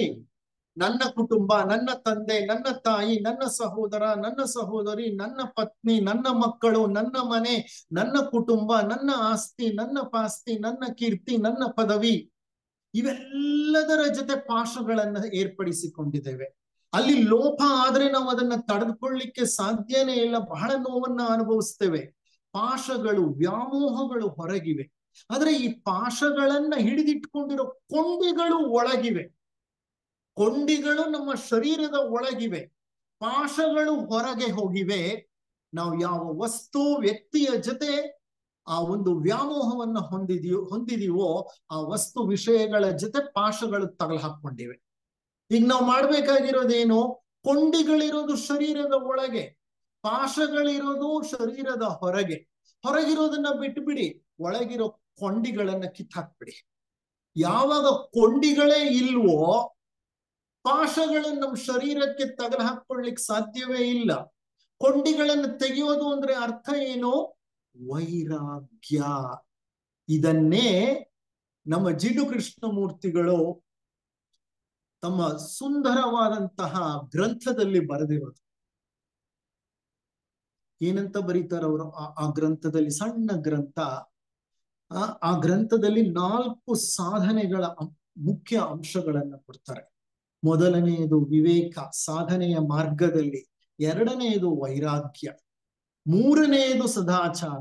ನಾಲ್ಕನೆಯದು ಮುಮುಕ್ಷತ್ವ ಅಥವಾ ಪ್ರೇಮ ಅಂತ ಹೇಳ್ಬಹುದು. ಎರಡನೆಯದು ವೈರಾಗ್ಯ. ಒಂದು ಮಟ್ಟದ ಡಿಟ್ಯಾಚ್ಮೆಂಟ್. ಡಿಟ್ಯಾಚ್ಮೆಂಟ್ ಅಂದ್ರೆ ವೈರಾಗ್ಯ ಬೇಕು ನಮ್ಮಲ್ಲಿ.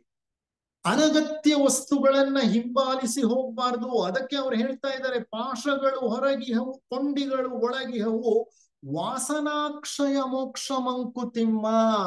ವಾಸನಾಕ್ಷಯ, ವಾಸನೆಗಳನ್ನ ಕ್ಷಯಿಸುವುದೇ ಮೋಕ್ಷ ಕಾಣಯ್ಯ. ನಿನ್ನ ಆಶೆಗಳನ್ನ ನೀನು ಕಡಿಮೆ ಮಾಡಿಕೋ, ಪರಿಪೂರ್ಣವಾಗಿ ಆಶೆಗಳಿಂದ ಹೊರಬಾ. ಈ 2 ಕಗ್ಗಗಳು ನಮ್ಮ ಇಂದಿನ ಪರಿಸ್ಥಿತಿಯನ್ನ ಮನಮುಟ್ಟುವಂತೆ ತಿಳಿಸುತ್ತಿವೆ. ಹೌದಾ ಅಲ್ವಾ? ಮೊದಲನೆಯ ಕಗ್ಗ ಬೆದಕಾಟ ಬದುಕೆಲ್ಲ, ಎರಡನೆಯ ಕಗ್ಗ ದಾಸರೋ ನಾವೆಲ್ಲ. ಈ 2 ಕಗ್ಗಗಳು ನಮ್ಮ ಈ ಪ್ರಸ್ತುತ ಪರಿಸ್ಥಿತಿ, ನಾವು ಹೇಗೆ ಜೀವಾತ್ಮ ಪ್ರಜ್ಞೆಯಲ್ಲಿ ಬದುಕ್ತಿದೀವಿ ಅನ್ನೋದನ್ನ ಬಹಳ ಸುಂದರವಾಗಿ ತಿಳಿಸಿ ಹೇಳ್ತವೆ.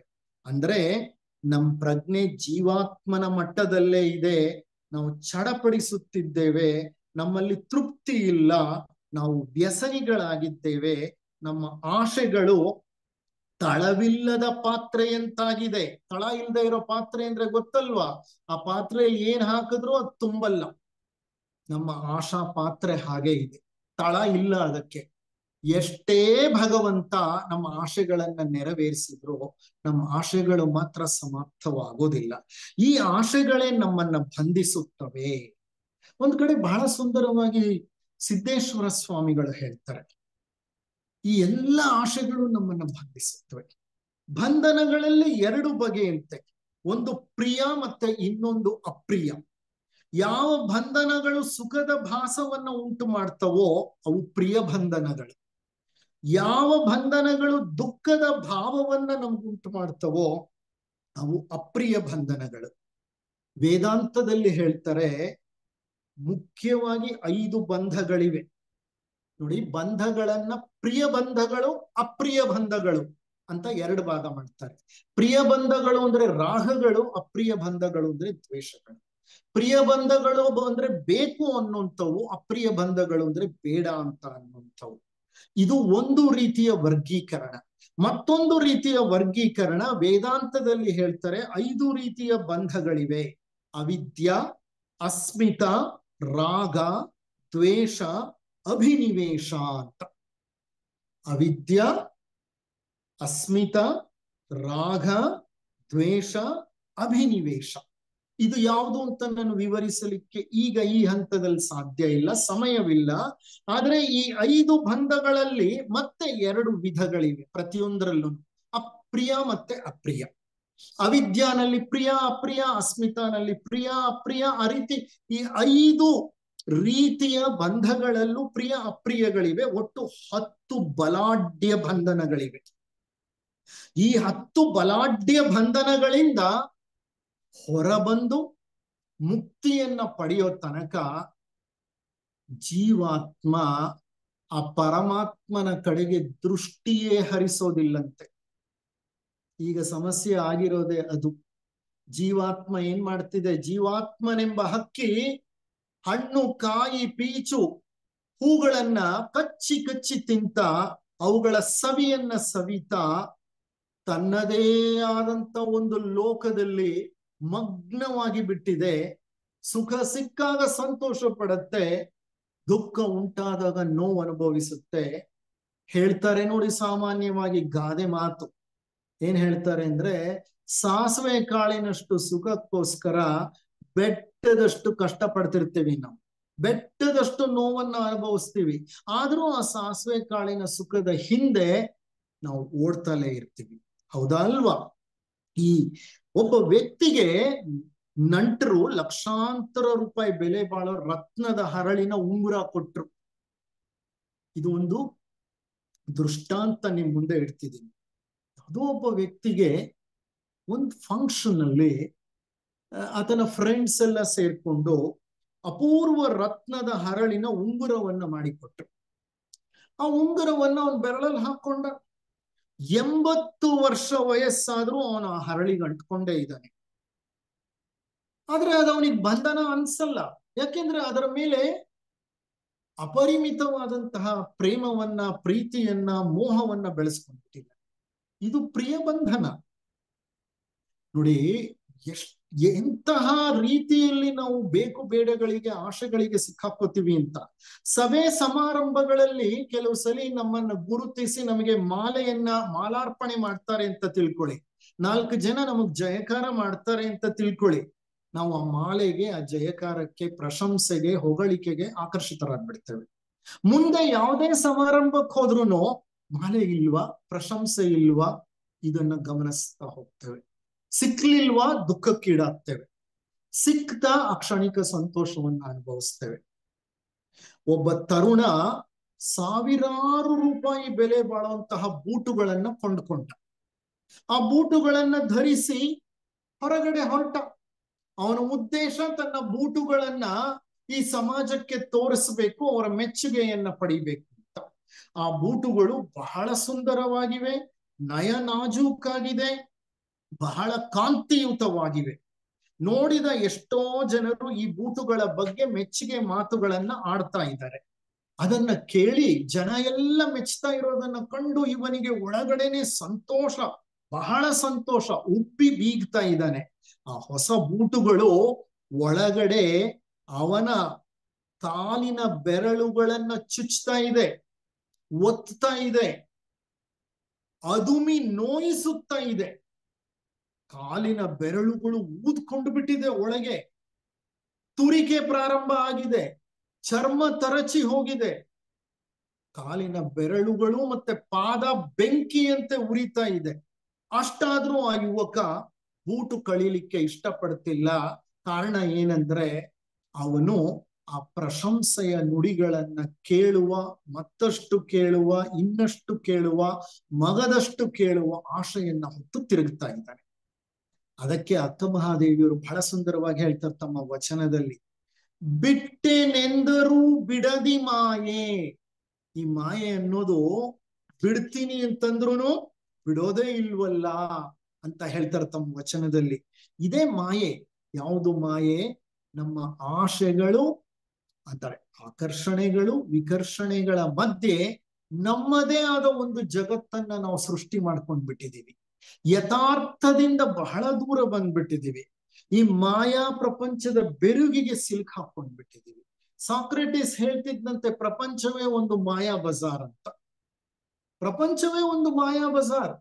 ಆತ ಪ್ರತಿ ಸಂತೆಯಲ್ಲೂ ಹೋಗ್ತಿದ್ದ, ಮಾರುಕಟ್ಟೆಯಲ್ಲಿರುವಂತ ಅಂಗಡಿಗಳ ಪ್ರತಿ ಅಂಗಡಿ ಮುಂದೆ ನಿಂತ್ಕೊಂಡು ನೋಡ್ತಿದ್ದ, ಸುಮ್ಮನೆ ನೋಡ್ತಿದ್ದ, ಅಲ್ಲಿರೋ ವಸ್ತುಗಳನ್ನ, ಸರಕುಗಳನ್ನೆಲ್ಲ ಗಮನಿಸ್ತಿದ್ದ. ಅಂಗಡಿಯವ್ರು ಕೇಳ್ತಿದ್ರು, ಅಪ್ಪ ನೀನ್ ಏನ್ ಮಾಡ್ತಿದೀಯಾ, ಇದೇನಿದು ನಿನ್ ಹುಚ್ಚ ಕೆಲ್ಸ, ಸುಮ್ಮನೆ ನೋಡ್ತೀಯ ಗಂಟೆಗಳಿಗಟ್ಲೆ ಅಂತ. ಆಗ ಆತ ನಕ್ಕು ಹೇಳ್ತಿದ್ದ, ಈ ಪ್ರಪಂಚದಲ್ಲಿ ಎಷ್ಟು ಸರಕುಗಳಿವೆ, ಈ ಯಾವ ಸರಕುಗಳು ಇಲ್ಲದೆ ಸಹ ನಾನು ಬದುಕಬಹುದಲ್ಲ ಅಂತ ಯೋಚನೆ ಮಾಡ್ತಾ ಇದ್ದೀನಿ ಅಂತ. ನೋಡಿ, ತತ್ವಜ್ಞಾನಿಯ ಯೋಚನೆ ಎಂತ ಮಹಾ ತತ್ವಜ್ಞಾನಿ ಆತ. ನಾವು ನೋಡಿದ್ರೆ ಸರಕುಗಳನ್ನ, ಸಾಮಗ್ರಿಗಳನ್ನ ಕಂಡು ಅವುಗಳ ಆಶೆಯನ್ನ ಬೆಳೆಸ್ಕೊಳ್ತೇವೆ ನಾವು.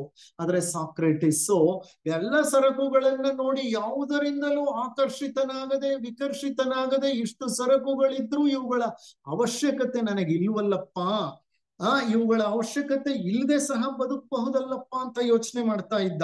ಎಷ್ಟೋ ಸಂದರ್ಭಗಳಲ್ಲಿ ನಾವು ಬಂಧನಕ್ಕೆ ಒಳಗಾಗಿದ್ದೇವೆ ಅನ್ನೋದೇ ನಮಗ್ ಗೊತ್ತಿರೋದಿಲ್ಲ. ವಸ್ತುಗಳೇ ಅಲ್ಲ. ವಿಷಯಗಳು, ಆದರ್ಶಗಳು, ನಂಬಿಕೆಗಳು, ವಿಶ್ವಾಸಗಳು, ಸಂಪ್ರದಾಯಗಳು, ಸಂಬಂಧಗಳು ಸಹ ನಮ್ಮನ್ನ ಬಂಧಿಸಿರುತ್ತವೆ. ದಯವಿಟ್ಟು ಹೀಗೆ ತಿಳ್ಕೊಬೇಡಿ, ವಸ್ತುಗಳಿಗೆ ಮಾತ್ರ ನಾವು ಬಂಧಿಸಲ್ಪಟ್ಟಿರ್ತೇವೆ ಅಂತ. ಹಾಗಲ್ವೇ ಅಲ್ಲ. ವಸ್ತುಗಳಿಗಿಂತ ಹೆಚ್ಚಾಗಿ ವಿಷಯಗಳು, ಆದರ್ಶಗಳು, ನಂಬಿಕೆಗಳು, ವಿಶ್ವಾಸಗಳು, ಸಂಪ್ರದಾಯಗಳು, ಸಂಬಂಧಗಳು, ಆಚರಣೆಗಳು, ಪರಂಪರೆಗಳು, ವ್ಯಕ್ತಿಗಳು, ಇವೆಲ್ಲರ ಜೊತೆ ಬಂಧಿಸಲ್ಪಟ್ಟಿರ್ತೇವೆ. ಸೂಕ್ಷ್ಮವಾಗಿ ಗಮನಿಸಿದ್ರೆ ಅವು ಯಾವುವೂ ನಮ್ಮನ್ನ ಬಂಧಿಸಿರೋದಿಲ್ಲ. ನಾವೇ ಅವುಗಳಿಗೆ ತಿಳಿದೋ ತಿಳಿಯದೆಯೋ ಬಂಧಿಸಿಕೊಂಡಿರುತ್ತೇವೆ. ಇಂತಹ ಬಂಧನಗಳಿಂದ ಸೃಷ್ಟಿಯಾದಂತಹ ಜಗತ್ತೇ ಒಂದು ಮಾಯೆ. ಅಂತ ಮಾಯೆಯಲ್ಲಿ ಸಿಲುಕಿದ್ದಾಗ ನಾವು ದೇಹಾತ್ಮ ಪ್ರಜ್ಞೆಯಲ್ಲಿ ಬದುಕ್ತಾ ಇರ್ತೇವೆ. ನಾನೊಂದು ಸಣ್ಣ ಕಥೆಯನ್ನ ಹೇಳ್ತೇನೆ. ಜೀವಾತ್ಮನಾಗಿ ನಮ್ಮ ದೃಷ್ಟಿ ಎಲ್ಲಿದೆ, ನಮ್ಮ ಪ್ರಜ್ಞೆ ಎಲ್ಲಿ ಕೆಲಸ ಮಾಡ್ತಿದೆ ಅಂತ. ಒಬ್ಬ ಗುರುಗಳಿದ್ರಂತೆ. ಆ ಗುರುಗಳಿಗೆ ಒಬ್ಬ ಶಿಷ್ಯನಿದ್ನಂತೆ. ಸಾಕಷ್ಟು ಕಾಲ ಗುರುಗಳ ಸಾನ್ನಿಧ್ಯದಲ್ಲಿ ಆತ ಸಾಕಷ್ಟು ಕಲಿತ. ಒಂದು ದಿವಸ ಗುರುಗಳು ಎಲ್ಲೋ ನಡೆದು ಹೋಗ್ತಾ ಇದ್ರು ಕಾಡಿನಲ್ಲಿ. ಈತನೂ ಅವರ ಜೊತೆ ನಡೆದು ಹೋಗ್ತಾ ಇದ್ದ. ಗುರುಗಳ ಬಳಿ ಮಾತನಾಡ್ಬೇಕು ಅನ್ನಿಸ್ತು. ಗುರುಗಳಿಗೆ ಹೇಳಿದ, ಗುರುಗಳೇ, ನೀವು ಕಲಿಸಿದ ಎಲ್ಲ ಸಾಧನಾ ಮಾರ್ಗಗಳಲ್ಲೂ ಸಾಕಷ್ಟು ಶ್ರಮವನ್ನ ವಹಿಸಿ ಸಾಧನೆಯನ್ನ ಮಾಡಿದ್ದೇನೆ. ನಾನು ಅಖಂಡ ಮಂತ್ರ ಪಠನವನ್ನ ಮಾಡಿದ್ದೇನೆ. ನಾನು ಮಾಯೆಯನ್ನೇ ಗೆದ್ದು ಬಿಟ್ಟಿದ್ದೇನೆ ಅಂತ. ಗುರುಗಳು ಸುಮ್ಮನೆ ಮುಗುಳ್ನಕ್ಕರು, ಏನು ಮಾತನಾಡ್ಲಿಲ್ಲ. ಸ್ವಲ್ಪ ದೂರ ಹೋದ್ಮೇಲೆ ಒಂದು ಮರದ ಕೆಳಗಡೆ ನೆರಳಿನಲ್ಲಿ ಗುರುಗಳು ಕುಳಿತುಕೊಂಡ್ರು. ಅಪ್ಪ, ಯಾಕೋ ನನಗೆ ಸುಸ್ತಾಗ್ತಾ ಇದೆ, ಸ್ವಲ್ಪ ಹೊತ್ತು ಇಲ್ಲಿ ದಣಿವನ್ನ ಆರಿಸ್ಕೊಂಡು ಮುಂದೆ ಹೋಗೋಣ, ನನಗ್ ಬಾಯಾರಿಕೆ ಆಗ್ತಿದೆ, ಕಮಂಡಲ ಕೊಡ್ತೇನೆ ನಿನಗೆ, ತಗೊಂಡು ಹೋಗಿ ಎಲ್ಲಾದ್ರೂ ನೀರನ್ನ ತಗೊಂಡು ಬಾ ಅಂತ. ಶಿಷ್ಯ ಸರಿ ಗುರುಗಳೇ ಅಂತ ಕಮಂಡಲವನ್ನ ತಗೊಂಡು ನೀರನ್ನ ಹುಡುಕ್ತಾ ಹೊರಟ. ಆ ಕಾಡಿನಿಂದ ಸ್ವಲ್ಪ ದೂರ ಹೊರಗೆ ಬಂದಾಗ ಒಂದು ಹಳ್ಳಿಯ ಹೊರವಲಯ ಕಾಣಿಸ್ತು. ಆ ಹಳ್ಳಿಯ ಹೊರವಲಯದಲ್ಲಿ ಒಂದು ತೋಟ, ಆ ತೋಟದಲ್ಲಿ ಒಂದು ಬಾವಿ. ಆ ಬಾವಿ ಕಂಡ ತಕ್ಷಣ ಆತ ಬಾವಿಯ ಬಳಿ ಧಾವಿಸಿ ಬಂದ ನೀರನ್ನ ತೆಗೆದುಕೊಂಡು ಹೋಗ್ಲಿಕ್ಕೆ. ಬಾವಿಯ ಬಳಿ ಒಬ್ಬ ಸುಂದರ ಯುವತಿ ನೀರನ್ನ ಸೇರ್ತಾ ಇದ್ದಾಳೆ. ದೂರದಿಂದ ನೋಡಿದ ತಕ್ಷಣವೇ ಆಕೆಯ ಸೌಂದರ್ಯ ಇವನ ಕಣ್ಣನ್ನ ಚುಚ್ಚಿಬಿಡ್ತು. ಹತ್ತಿರ ಹೋದ. ಇರ್ಲಿ, ಕಮಂಡಲದಲ್ಲಿ ನೀರನ್ನ ಆಮೇಲೆ ತುಂಬಿಸ್ಕೊಳ್ಳೋಣ, ಈಗ ನನ್ನ ದಣಿವನ್ನ ಆರಿಸ್ಕೊಳ್ಳೋಣ ಅಂತ ಆ ಯುವತಿಯನ್ನ ಕೇಳಿದ. ನನಗೆ ಬಾಯಾರಿಕೆ ಆಗ್ತಾ ಇದೆ, ದಯವಿಟ್ಟು ನೀರನ್ನ ಕೊಡಿ ಅಂತ. ಬೊಗಸೆಯನ್ನ ಹಿಡಿದ. ಆ ಹೆಣ್ಣು ಈತನ ಬೊಗಸೆಗೆ ನೀರನ್ನ ಹಾಕಿದ್ಲು. ಈತ ಘಟಘಟನೆ ನೀರ್ ಕುಡಿತಿರುವಾಗ ಆ ನೀರಿನಲ್ಲಿ ಆ ತರುಣಿಯ ಒಂದು ಪ್ರತಿಬಿಂಬವನ್ನ ಕಂಡ. ಮತ್ತಷ್ಟು ಉದ್ರೇಕಗೊಂಡ. ನೀರನ್ನ ಕುಡಿದಾದ ಮೇಲೆ ತಲೆ ಎತ್ತದ. ಕಮಂಡಲದಲ್ಲಿ ನೀರನ್ನೇ ತಗೊಂಡಿಲ್ಲ. ಆಕೆಯ ಮೋಹಕ್ಕೆ ಸಿಲುಕಿ ಆಕೆಯನ್ನ ಕೇಳೇ ಬಿಟ್ಟ. ನನಗೆ ನಿಮ್ಮ ಮೇಲೆ ವ್ಯಾಮೋಹ ಉಂಟಾಗಿದೆ, ನಾವು ಸತಿಪತಿಗಳಾಗಬಹುದಲ್ವಾ ಅಂತ. ಆಕೆಯೂ ಒಪ್ಪಿಕೊಂಡು ಬಿಟ್ಲು. ಮದುವೆಯನ್ನೂ ಆದ. ಅದೇ ಹಳ್ಳಿಯಲ್ಲಿ ಮನೆಯನ್ನು ಮಾಡ್ದ, ಸಂಸಾರ ನಡೆಸ್ದ. ಇಬ್ಬರು ಮಕ್ಕಳಾದರು. ಆ ಮಕ್ಕಳ ಲಾಲನೆ ಪೋಷಣೆ ಮಾಡ್ತಾ ಇದ್ದಾನೆ.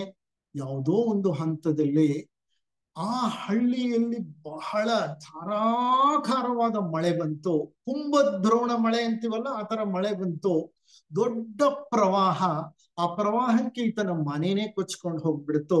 ಈತನ ಹೆಂಡತಿ, ಮಕ್ಕಳು ಎಲ್ಲ ಇವನ ಕಣ್ಣು ಮುಂದೆನೆ ಮನೇಲಿ ಮಾಡಿಟ್ಟಿರೋ ಆಸ್ತಿ ಪಾಸ್ತಿ ಎಲ್ಲ ನೀರಲ್ಲಿ ಕೊಚ್ಕೊಂಡು ಹೊಟ್ಟೋಯ್ತು. ಇವನು ನೀರಲ್ಲಿ ಕೊಚ್ಕೊಂಡು ಹೊಟ್ಟೋದ. ದಾರಿಯಲ್ಲಿ ಹೋಗ್ತಾ ಹೋಗ್ತಾ ಒಂದು ಮರವನ್ನ ಹಿಡ್ಕೊಂಡ. ಮರದ ಕೊಂಬೆಯನ್ನ ಹಿಡ್ಕೊಂಡ. ಆ ಮರದ ಕೊಂಬೆಯನ್ನ ಹತ್ತಿ ಮಲಕ್ಕೊಂಡ. ಹಾಗೇ ನಿದ್ರೆ ಬಂದ್ಬಿಡ್ತ ಅವನ್ಗೆ. ಬಹಳ ದಣಿವಾಗಿತ್ತು. ನಿದ್ರೆಗೆ ಜಾರಿ ಬಿಟ್ಟ. ನಿದ್ರೆಯಿಂದ ಕಣ್ ತೆರಿತಾನೆ, ನೋಡ್ತಾನೆ, ನೀರು ಇಲ್ಲ ಅಲ್ಲಿ, ಪ್ರವಾಹವೂ ಇಲ್ಲ, ಅಲ್ಲಿ ಏನೂ ಇಲ್ಲ. ಎಷ್ಟು ವರ್ಷಗಳಾಯ್ತು ಪ್ರವಾಹ ಬಂದ್ ಹೋಗಿ ಅಂತ ಅನ್ನಿಸ್ತವನ್ಗೆ. ಇದೇನಿದು, ಎಲ್ಲ ಸಹಜವಾಗಿದೆಯಲ್ಲ, ನನ್ನ ಮದುವೆ ಮೊದಲಿದ್ದಂಗಿದೆಯಲ್ಲ ಅಂತ ಮರದಿಂದ ಕೆಳಗಿಳಿದ. ಕೆಳಗಡೆನೆ ಗುರುಗಳು ಕುತ್ಕೊಂಡಿದ್ದಾರೆ. ಅಪ್ಪ, ಕುಡಿಲಿಕ್ಕೆ ನೀರ್ ತಗೊಂಡು ಬಂದ್ಯಾ ಅಂತ ಕೇಳಿದ್ರು. ಆಗ ಅರ್ಥ ಆಯ್ತು ಇವನಿಗೆ ಹೇಗೆ ಮಾಯೆಯ ಒಂದು ಜಾಲಕ್ಕೆ ಆತ ಸಿಲುಕಿ ಬಿಟ್ಟ ಅಂತ. ನೋಡಿ, ಮಾಯೆಯನ್ನೇ ಗೆದ್ದು ಬಿಟ್ಟೆ ಅಂತಂದಂತಹ ವ್ಯಕ್ತಿ ಎಷ್ಟು ಬೇಗ ಗುರುಗಳು ಆ ಒಂದು ದರ್ಶನವನ್ನ ಆತನಿಗೆ ಮಾಡಿಸಿಕೊಟ್ಬಿಟ್ರು. ಗುರುಗಳ ಪಾದಕ್ಕೆ ಸಾಷ್ಟಾಂಗ ನಮಸ್ಕಾರ ಮಾಡಿ ಹೇಳ್ತಾನೆ, ಗುರುಗಳೇ, ಖಂಡಿತವಾಗಿಯೂ ನಾನು ಮಾಯೆಯನ್ನ ಗೆದ್ದಿಲ್ಲ, ನಾನು ತಿಳ್ಕೊಂಡಿದ್ದೆ ಅದು ನನ್ನ ಭ್ರಮೆ.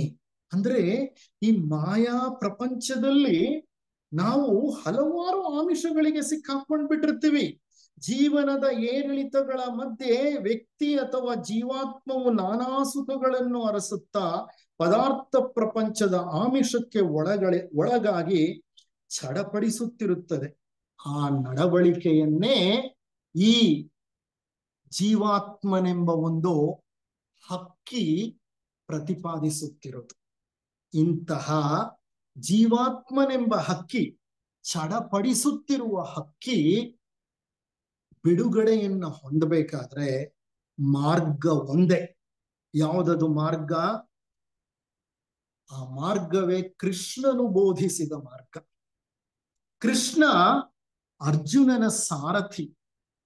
ಕುರುಕ್ಷೇತ್ರ ಯುದ್ಧದಲ್ಲಿ ಕೃಷ್ಣ ಅರ್ಜುನನ ಸಾರಥಿ, ಮೇಲಾಗಿ ಅರ್ಜುನನಿಗೆ ಸಂಬಂಧಿಕ. ಆದರೂ ಯುದ್ಧದ ಸಮಯ ಬರೋವರೆಗೂ ಕೃಷ್ಣನು ಅರ್ಜುನನಿಗೆ ಗೀತೋಪದೇಶ ಮಾಡಲಿಲ್ಲ. ಯುದ್ಧ ರಂಗದಲ್ಲಿ ಅರ್ಜುನನು ಕೃಷ್ಣನ ಎದುರಿಗೆ ಕುಳಿತು ಕೈ ಮುಗಿದು ಶಿಷ್ಯಸ್ತೇಹಂ ಶಾಧಿಮಾಂ ತ್ವಾಂ ಪ್ರಪನ್ನಂ, ಇದು ಭಗವದ್ಗೀತೆಯ ಒಂದು ಶ್ಲೋಕ. ಈ ಶ್ಲೋಕದಲ್ಲಿ ಆತ ಏನ್ ಹೇಳ್ತಾನೆ? ಶಿಷ್ಯಸ್ತೇಹಂ ಶಾಧಿಮಾಂ ತ್ವಾಂ ಪ್ರಪನ್ನಂ. ಹೇ ಕೃಷ್ಣ, ನಾನು ನಿನ್ನ ಶಿಷ್ಯನಾಗಿದ್ದೇನೆ, ನಿನಗೆ ಶರಣಾಗಿದ್ದೇನೆ.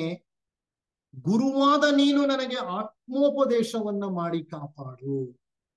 ಅಲ್ಲಿವರೆಗೂ ಕೃಷ್ಣ ಗೀತೆಯ ಸಾರವನ್ನ ಅರ್ಜುನನಿಗೆ ನೀಡಲಿಲ್ಲ. ನಮ್ಮ ಒಂದು ಪರಿಸ್ಥಿತಿಯೂ ಇದೆ.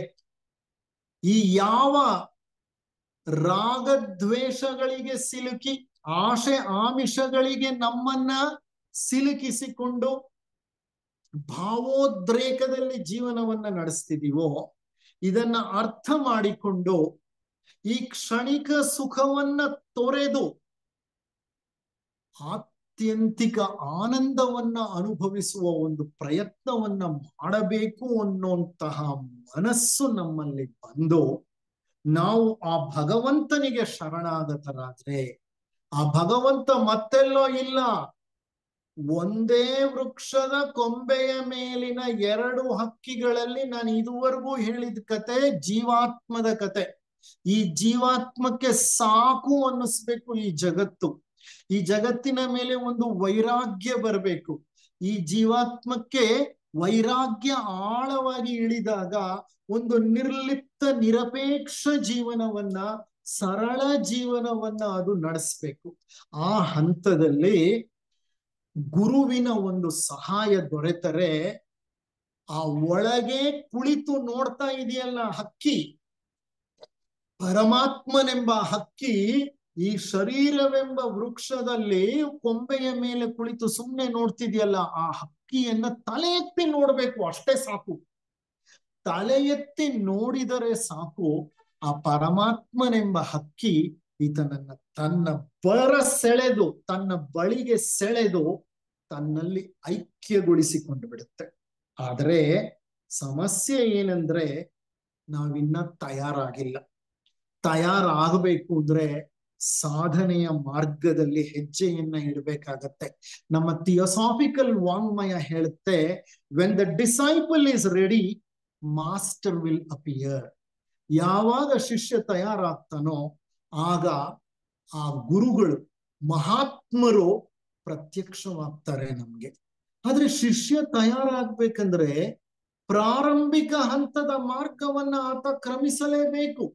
ನೊಂದು ಬೆಂದು ಜೀವನದ ಏರಿಳಿತಗಳ ಮಧ್ಯೆ ಸಾಕಷ್ಟು ಸಮಸ್ಯೆಗಳನ್ನ ಎದುರಿಸಿ ದುಃಖಕ್ಕೆ ಸಿಲುಕಿ ಕಷ್ಟಕ್ಕೆ ಈಡಾಗಿ ರೋಗ ರುಜಿನಗಳಲ್ಲಿ ನರಳಿ ಯಾವುದೋ ಒಂದು ಹಂತದಲ್ಲಿ, ಯಾವುದೋ ಒಂದು ಜನ್ಮದಲ್ಲಿ ಸಾಕಪ್ಪ ಸಾಕು ಅಂತ ಆತ ಒಂದು ತೀರ್ಮಾನಕ್ಕೆ ಬಂದು ಆ ಭಗವಂತನ ಸಹಾಯವನ್ನ ಕೋರುವ ಸಲುವಾಗಿ ತನ್ನ ಜೀವನವನ್ನ ಪರಿವರ್ತನೆಗೊಳಿಸಿಕೊಳ್ತಾನೆ. ಆ ಹಾದಿಯಲ್ಲಿ ಮುಂದುವರಿತಾ ಹೋದಾಗ ಆತನಿಗೆ ಬಿಡುಗಡೆಯ ದಾರಿ ಕಾಣಿಸತ್ತೆ. ಏನ್ ಹೇಳ್ತಾರೆ ಅಂದ್ರೆ, ಆ ಪರಮಾತ್ಮನೆಂಬ ಹಕ್ಕಿಯು ಕಾಯ್ತಾ ಕುಳಿತಿದೆಯಂತೆ ಒಳಗಡೆ. ಯಾವಾಗ ಈ ಜೀವಾತ್ಮನು ಕಣ್ತೆರೆದು ನನ್ನನ್ನ ನೋಡ್ತಾನೋ ಅಂತ. ಪರಮಾತ್ಮ ಎಲ್ಲರಿಗೂ ತಂದೆ ಅಲ್ವಾ, ತಂದೆಗೆ ಸಮಾನ ಪಿತ ಆತ, ಎಲ್ಲರಿಗೂ ಪರಮ ಪಿತ ಆತ. ಆತ ತನ್ನ ಮಕ್ಕಳು ಯಾವಾಗ ತನ್ನ ಕಡೆ ಕಣ್ತೆರೆದು ನೋಡ್ತಾರೋ ಅಂತ ಕಾಯ್ತಾ ಕುಳಿತಿದ್ದಾನೆ. ನಾವು ಆತನನ್ನ ಒಮ್ಮೆ ನೋಡಿದ್ರೆ ಸಾಕು, ಆತ ನಮ್ಮನ್ನ ಬರಸೆಳೆದು ಬಿಗಿದಪ್ಪಿ ತನ್ನಲ್ಲಿ ಐಕ್ಯಗೊಳಿಸಿಕೊಂಡು ಬಿಡ್ತಾರೆ. ಒಂದು ಸುಂದರವಾದಂತ ಬಸವಣ್ಣನವರ ವಚನ ಇದೆ. ಆ ವಚನದಲ್ಲಿ ಭಗವಂತ ನಮ್ಮನ್ನ ಹೇಗೆ ನಿರೀಕ್ಷಿಸುತ್ತಿದ್ದಾನೆ ಅನ್ನೋದನ್ನ ಬಹಳ ಸುಂದರವಾಗಿ ತಿಳಿಸಿ ಹೇಳ್ತಾರೆ. ನೋಡಿ, ಎಷ್ಟೋ ಜನ್ಮಗಳ ಸಾಧನೆಯ ಫಲ ಈ ಜನ್ಮದಲ್ಲಿ ಮನುಷ್ಯರಾಗಿ ಹುಟ್ಟಿ ಇಷ್ಟರ ಮಟ್ಟಿಗೆ ಒಂದು ಅಧ್ಯಾತ್ಮ ಪ್ರಜ್ಞೆಯನ್ನ ಬೆಳೆಸಿಕೊಳ್ಳೋ ಪ್ರಯತ್ನವನ್ನ ನಾವೆಲ್ಲ ಮಾಡ್ತಾ ಇದ್ದೀವಿ. ಇರ್ಲಿ, ಈ ಸಾಧನೆಯ ಮಾರ್ಗ ಮುಂದುವರೆದು ಒಂದು ಹಂತವನ್ನ ತಲುಪಿದಾಗ ಭಗವಂತ ನಮಗಿಂತ ಹೆಚ್ಚು ಕಾತರದಿಂದ ಕಾಯ್ತಿದ್ದಾನೆ ನಮ್ಮನ್ನ ತನ್ನೊಡನೆ ಸೇರಿಸಿಕೊಳ್ಳಲಿಕ್ಕೆ. ಆ ಮೌನ ಸಾಕ್ಷಿ, ಮೌನ ವೀಕ್ಷಕ ಸುಮ್ಮನೆ ಕುಳಿತು ನೋಡ್ತಿದ್ದಾನಲ್ಲ ಆ ಹಕ್ಕಿ, ಆತನಿಗೆ ಬೇಕಾಗಿರುವಂಥದ್ದು ಒಂದೇ ಒಂದು ಸಂಗತಿ. ಯಾವಾಗ ಈ ನನ್ನ ಗೆಳೆಯ, ಈ ನನ್ನ ಸಂಗಾತಿ ಹಣ್ಣು ಕಾಯಿ ಪೀಚುಗಳನ್ನು ತಿನ್ನೋದನ್ನ ನಿಲ್ಲಿಸಿ ಒಮ್ಮೆ ತನ್ನ ದೃಷ್ಟಿಯನ್ನ ನನ್ನ ಕಡೆ ಹರಿಸುತ್ತಾನೋ ಸಾಕು ಅಂತ. ಅಷ್ಟಾದ್ರೆ ಸಾಕು, ಒಂದು ದಿವ್ಯ ಐಕ್ಯ ಉಂಟಾಗ್ಬಿಡುತ್ತೆ. ನಮ್ಮ ವೀರಶೈವ ಸಿದ್ಧಾಂತದಲ್ಲಿ ಭಕ್ತ ಮಹೇಶ ಪ್ರಸಾದಿ ಪ್ರಾಣಲಿಂಗಿ ಶರಣ ಐಕ್ಯ ಅಂತ ಷಟ್ಸ್ಥಲ ಮಾರ್ಗವನ್ನ ಕೊಡ್ತಾರೆ. 6ನೆಯ ಸ್ಥಳವೇ ಐಕ್ಯ. ಐಕ್ಯ ಅಂತಂದ್ರೆ ಒಂದಾಗ್ಬಿಡೋದು. ಇಸ್ಲಾಂ ಧರ್ಮದಲ್ಲಿ ಅಲ್ ಫನಾ ಅಂತಾರೆ. ಅಲ್ ಫನಾ ಅಂತಂದ್ರೆ ಜೀವಾತ್ಮ ಪರಮಾತ್ಮನಲ್ಲಿ ಬೆರೆತು ಹೋಗೋದು. ನಮ್ಮಲ್ಲಿ, ನಮ್ಮ ಹಿಂದೂ ಮತ ಪರಂಪರೆಯಲ್ಲಿ ಜೀವನ್ ಮುಕ್ತ ಅಂತ ಹೇಳ್ತಾರೆ. ನಮ್ಮ ಬೌದ್ಧ ಮತದಲ್ಲಿ ನಿರ್ವಾಣ ಅಂತ ಹೇಳ್ತಾರೆ. ಒಂದೊಂದು ಕಡೆ ಒಂದೊಂದು ಪದಗಳನ್ನ ಬಳಸ್ತಾರೆ, ಆದ್ರೆ ಅರ್ಥ ಮಾತ್ರ ಒಂದೇ. ಆವಾಗ ಭಗವಂತ ಆ ಒಂದು ಹಂತಕ್ಕೆ ತನ್ನ ತನ್ನ ತನ್ನ ಪುತ್ರ ಬೆಳೆದ ಅಂತ ಅಂದ್ರೆ ಸಂತೋಷ ಪಡ್ತಾನೆ. ಆತನನ್ನ ತನ್ನೊಡನೆ ಐಕ್ಯಗೊಳಿಸಿಕೊಂಡು ಬಿಡ್ತಾನೆ. ಹೇಗೆ ಬಿಂದುವು ಸಾಗರವನ್ನ ಸೇರಿ ಅಥವಾ ಸಿಂಧುವನ್ನ ಸೇರಿ ಸಿಂಧುವೇ ಆಗಿಬಿಡುತ್ತೋ, ಬಿಂದು ಸಿಂಧುವಾಗುವ ಮತ್ತು ವ್ಯಷ್ಟಿ ಸಮಷ್ಟಿಯಾಗುವ ಒಂದು ಸುಂದರವಾದಂತ ಕ್ಷಣ. ಅದನ್ನ ಒಂದು ವಚನದಲ್ಲಿ ಕೊಡ್ತಾರೆ. ಆ ಒಂದು ಪರಿಸ್ಥಿತಿಯನ್ನು ನಾವು ತಲುಪಬೇಕಾದ್ರೆ ಶರಣಾಗತಿ ಒಂದೇ ಸೂಕ್ತ ಮಾರ್ಗ. ಶರಣಾಗಬೇಕು. ಯಾರು ಯಾರಿಗೆ ಶರಣಾಗಬೇಕು? ಜೀವಾತ್ಮ ಪರಮಾತ್ಮನಿಗೆ ಶರಣಾಗಬೇಕು. ಜೀವಾತ್ಮ ಪರಮಾತ್ಮನಿಗೆ ಶರಣಾಗೋದು ಅಂದ್ರೆ ಏನು? ಜೀವಾತ್ಮ ತನ್ನ ಪ್ರಜ್ಞೆಯನ್ನ ತ್ಯಜಿಸಬೇಕು. ಯಾವ ಪ್ರಜ್ಞೆಯನ್ನ ತ್ಯಜಿಸಬೇಕು? ಈ ಐಹಿಕ ಪ್ರಜ್ಞೆಯನ್ನ ತ್ಯಜಿಸಬೇಕು. ಈ ಐಹಿಕ ಪ್ರಜ್ಞೆ ಅಂದ್ರೆ ಏನು? ಅಹಂ ಪ್ರಜ್ಞೆ. ಆ ಅಹಮ್ಮನ್ನ ಅದು ಕಳೆದುಕೊಂಡ ತಕ್ಷಣ ಅದು ಭಗವಂತನಲ್ಲಿ ಲೀನವಾಗಿ ಬಿಡುತ್ತೆ. ದೇವನಿಗೂ ಜೀವನಿಗೂ ಇರೋ ಒಂದೇ ಒಂದು ಪರದೆ ಅಂದ್ರೆ ಅಹಂ. ಅಹಂ ಎಂಬ ಪರದೆಯೇ ಜೀವವನ್ನ ದೇವನಿಂದ ಬೇರ್ಪಡಿಸಿದೆ. ಯಾವಾಗ ಆ ಪರದೆ ಕಳಚಿ ಬೀಳುತ್ತೋ ಆವಾಗ ಜೀವ ದೇವನಲ್ಲಿ ಸೇರಿ ಹೋಗುತ್ತೆ. ದೇವ ಸಹ ಕಾತರದಿಂದ ಕಾಯ್ತಾ ಇದ್ದಾನೆ. ಹೇಗೆ ಕಾತರದಿಂದ ಕಾಯ್ತಿದ್ದಾನೆ ಅಂತ ನಾನು ಈ ವಚನದ ಮೂಲಕ ನಿಮ್ಗೆ ತಿಳಿಸಿ ಈ ಉಪನ್ಯಾಸವನ್ನ ಮುಕ್ತಾಯ ಮಾಡ್ತೇನೆ. ಭಕ್ತಿ ಎಂಬ ಪೃಥ್ವಿಯ ಮೇಲೆ ಗುರುವೆಂಬ ಬೀಜವಂಕುರಿಸಿ ಲಿಂಗವೆಂಬ ಎಲೆಯಾಯಿತು. ಲಿಂಗವೆಂಬ ಎಲೆಯ ಮೇಲೆ ವಿಚಾರವೆಂಬ ಹೂವಾಗಿತ್ತು. ಆಚಾರವೆಂಬ ಕಾಯಾಗಿ ನಿಷ್ಪತ್ತಿ ಎಂಬ ಹಣ್ಣಾಗಿತ್ತು. ಹಣ್ಣು ತೊಟ್ಟು ಬಿಟ್ಟು ಕಳಚಿ ಬೀಳುವಲ್ಲಿ ಎನಗೆ ಬೇಕೆಂದು ಎತ್ತಿಕೊಂಡ ಕೂಡಲ ಸಂಗಮ ದೇವ. ಆ ಕೊನೆಯ ಸಾಲುಗಳನ್ನು ನೋಡಿ ಎಷ್ಟು ಸುಂದರವಾಗಿದೆ. ಈ ಭಕ್ತಿ ಎಂಬ ಪೃಥ್ವಿಯ ಮೇಲೆ ಗುರು ಅಂದ್ರೆ ಅರಿವು, ಅರಿವೆಂಬ ಬೀಜ, ಬೀಜ ಏನಾಯ್ತು ಮೊಳೆತು, ಅಂಕುರಿಸಿ ಅಂದ್ರೆ ಅಂಕುರಿಸೋದು ಅಂದ್ರೆ ಮೊಳೆಯೋದು. ಬೀಜ ಗುರುವೆಂಬ ಅರಿವೆಂಬ ಬೀಜ ಮೊಳಕೆಯೊಡೆದು ಲಿಂಗವೆಂಬ ಎಲೆಯಾಯಿತು. ಆ ಲಿಂಗವೆಂಬ ಎಲೆಯ ಮೇಲೆ ವಿಚಾರವೆಂಬ ಹೂವಾಯಿತು. ಆಚಾರ, ವಿಚಾರ ಹೋಗಿ ಆಚಾರವಾಗಿ ಆಚಾರವೆಂಬ ಕಾಯಾಯಿತು. ಆಚಾರವೆಂಬ ಕಾಯಿ ನಿಷ್ಪತ್ತಿ ಎಂಬ ಹಣ್ಣಾಗಿತ್ತು. ನಿಷ್ಪತ್ತಿ ಅಂದ್ರೆ ಏನೂ ಉತ್ಪತ್ತಿ ಆಗದೆ ಇರದೆ ನಿಷ್ಪತ್ತಿ.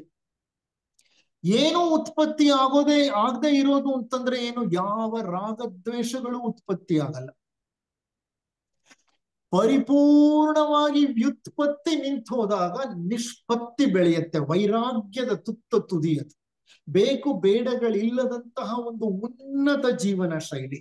ಆ ನಿಷ್ಪತ್ತಿ ಎಂಬ ಹಣ್ಣಾಗಿತ್ತು. ಹಣ್ಣಾದ ನಂತರ ಹಣ್ಣು ಏನ್ ಮಾಡುತ್ತೆ?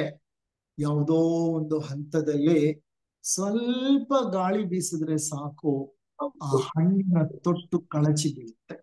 ಅಂದ್ರೆ ಪಕ್ವವಾದಂತಹ ಹಣ್ಣು ಪಕ್ವವಾಗೋ ತನಕ ಬೀಳಲ್ಲ, ಅದು ಪಕ್ವವಾಗ್ಬೇಕು. ಪಕ್ವವಾದಂತ ಹಣ್ಣು ಗಾಳಿ ಬೀಸಿದ ತಕ್ಷಣ ಅದೊಂದು ನೆಪ. ಗಾಳಿ ಬೀಸೋದೊಂದು ನೆಪ, ಆದ್ರೆ ನಿಜವಾಗ್ಲೂ ಆಂತರಿಕವಾಗಿ ಅದು ಪಕ್ವವಾಗಿದೆ, ಆಧ್ಯಾತ್ಮಿಕವಾಗಿ ಪಕ್ವವಾಗಿದೆ. ಅದೇ ಅರ್ಥ. ಲಿಂಗ ಅಂದ್ರೆ ಜೀವ ಅಂತ. ಜೀವ ಅನ್ನೋ ಹೂವು ಕಾಯಾಗಿ ಹಣ್ಣಾಗಿ, ಹಣ್ಣು ಪಕ್ವವಾಗಿ ಆಧ್ಯಾತ್ಮಿಕವಾಗಿ ಬಲಿತು ವೈರಾಗ್ಯದ ತುದಿಯನ್ನ ತಲುಪಿ ಸಣ್ಣ ಗಾಳಿ ಬೀಸಿದಾಗ ಅದರ ತೊಟ್ಟು ಕಳಚಿ ಬೀಳುತ್ತಂತೆ. ಬಿದ್ದ ತಕ್ಷಣ ಅಲ್ಲೇ ಇರ್ತಾನೆ ಶಿವ, ಭಗವಂತ. ಏನ್ ಮಾಡ್ತಾನೆ ಆತ? ಎನಗೆ ಬೇಕೆಂದು ಎತ್ತಿಕೊಂಡ ಕೂಡಲ ಸಂಗಮ ದೇವ. ಆಹಾ, ಎಷ್ಟೋ ಶತಮಾನಗಳ ಹಿಂದೆ ನನ್ನನ್ನ ಬಿಟ್ಟು ಹೊರಟಂತ ಒಂದು ಕಿಡಿ ಇಂದು ಪರಿಪೂರ್ಣ ಪಕ್ವತೆಯನ್ನ ಪಡೆದು ಹಿಂತಿರುಗಿ ಬರ್ತಿದೆ. ನನ್ನ ಪುತ್ರ ನನಗೆ ಹಿಂತಿರುಗಿ ಬರ್ತಾ ಇದ್ದಾನೆ, ಪರಿಪಕ್ವತೆಯನ್ನ ಹೊಂದಿ ಹಿಂತಿರುಗಿ ಬರ್ತಿದ್ದಾನೆ ಅಂತ ಸಂತೋಷದಿಂದ ಬೊಗಸೆಯನ್ನ ಹಿಡಿದು ಆ ಹಣ್ಣನ್ನ ತನಗೆ ಬೇಕಂತ ತೆಗೆದುಕೊಂಡು ಸ್ವೀಕರಿಸಿಕೊಂಡು ಬಿಡ್ತಾನೆ. ಅಂದ್ರೆ ಅಲ್ಲಿಗೆ ಜೀವಾತ್ಮ ಪರಮಾತ್ಮನೊಡನೆ ಐಕ್ಯವಾಗಿರುತ್ತೆ. ಅಂತಹ ಒಂದು ಸಂದರ್ಭವನ್ನ ಈ ವಚನ ಸುಂದರವಾಗಿ ವಿವರಿಸಿ ಹೇಳ್ತಿದೆ. ಈ ಒಂದು ಪ್ರಯತ್ನ ನಮ್ಮಲ್ಲಿ ಆಗ್ಬೇಕು.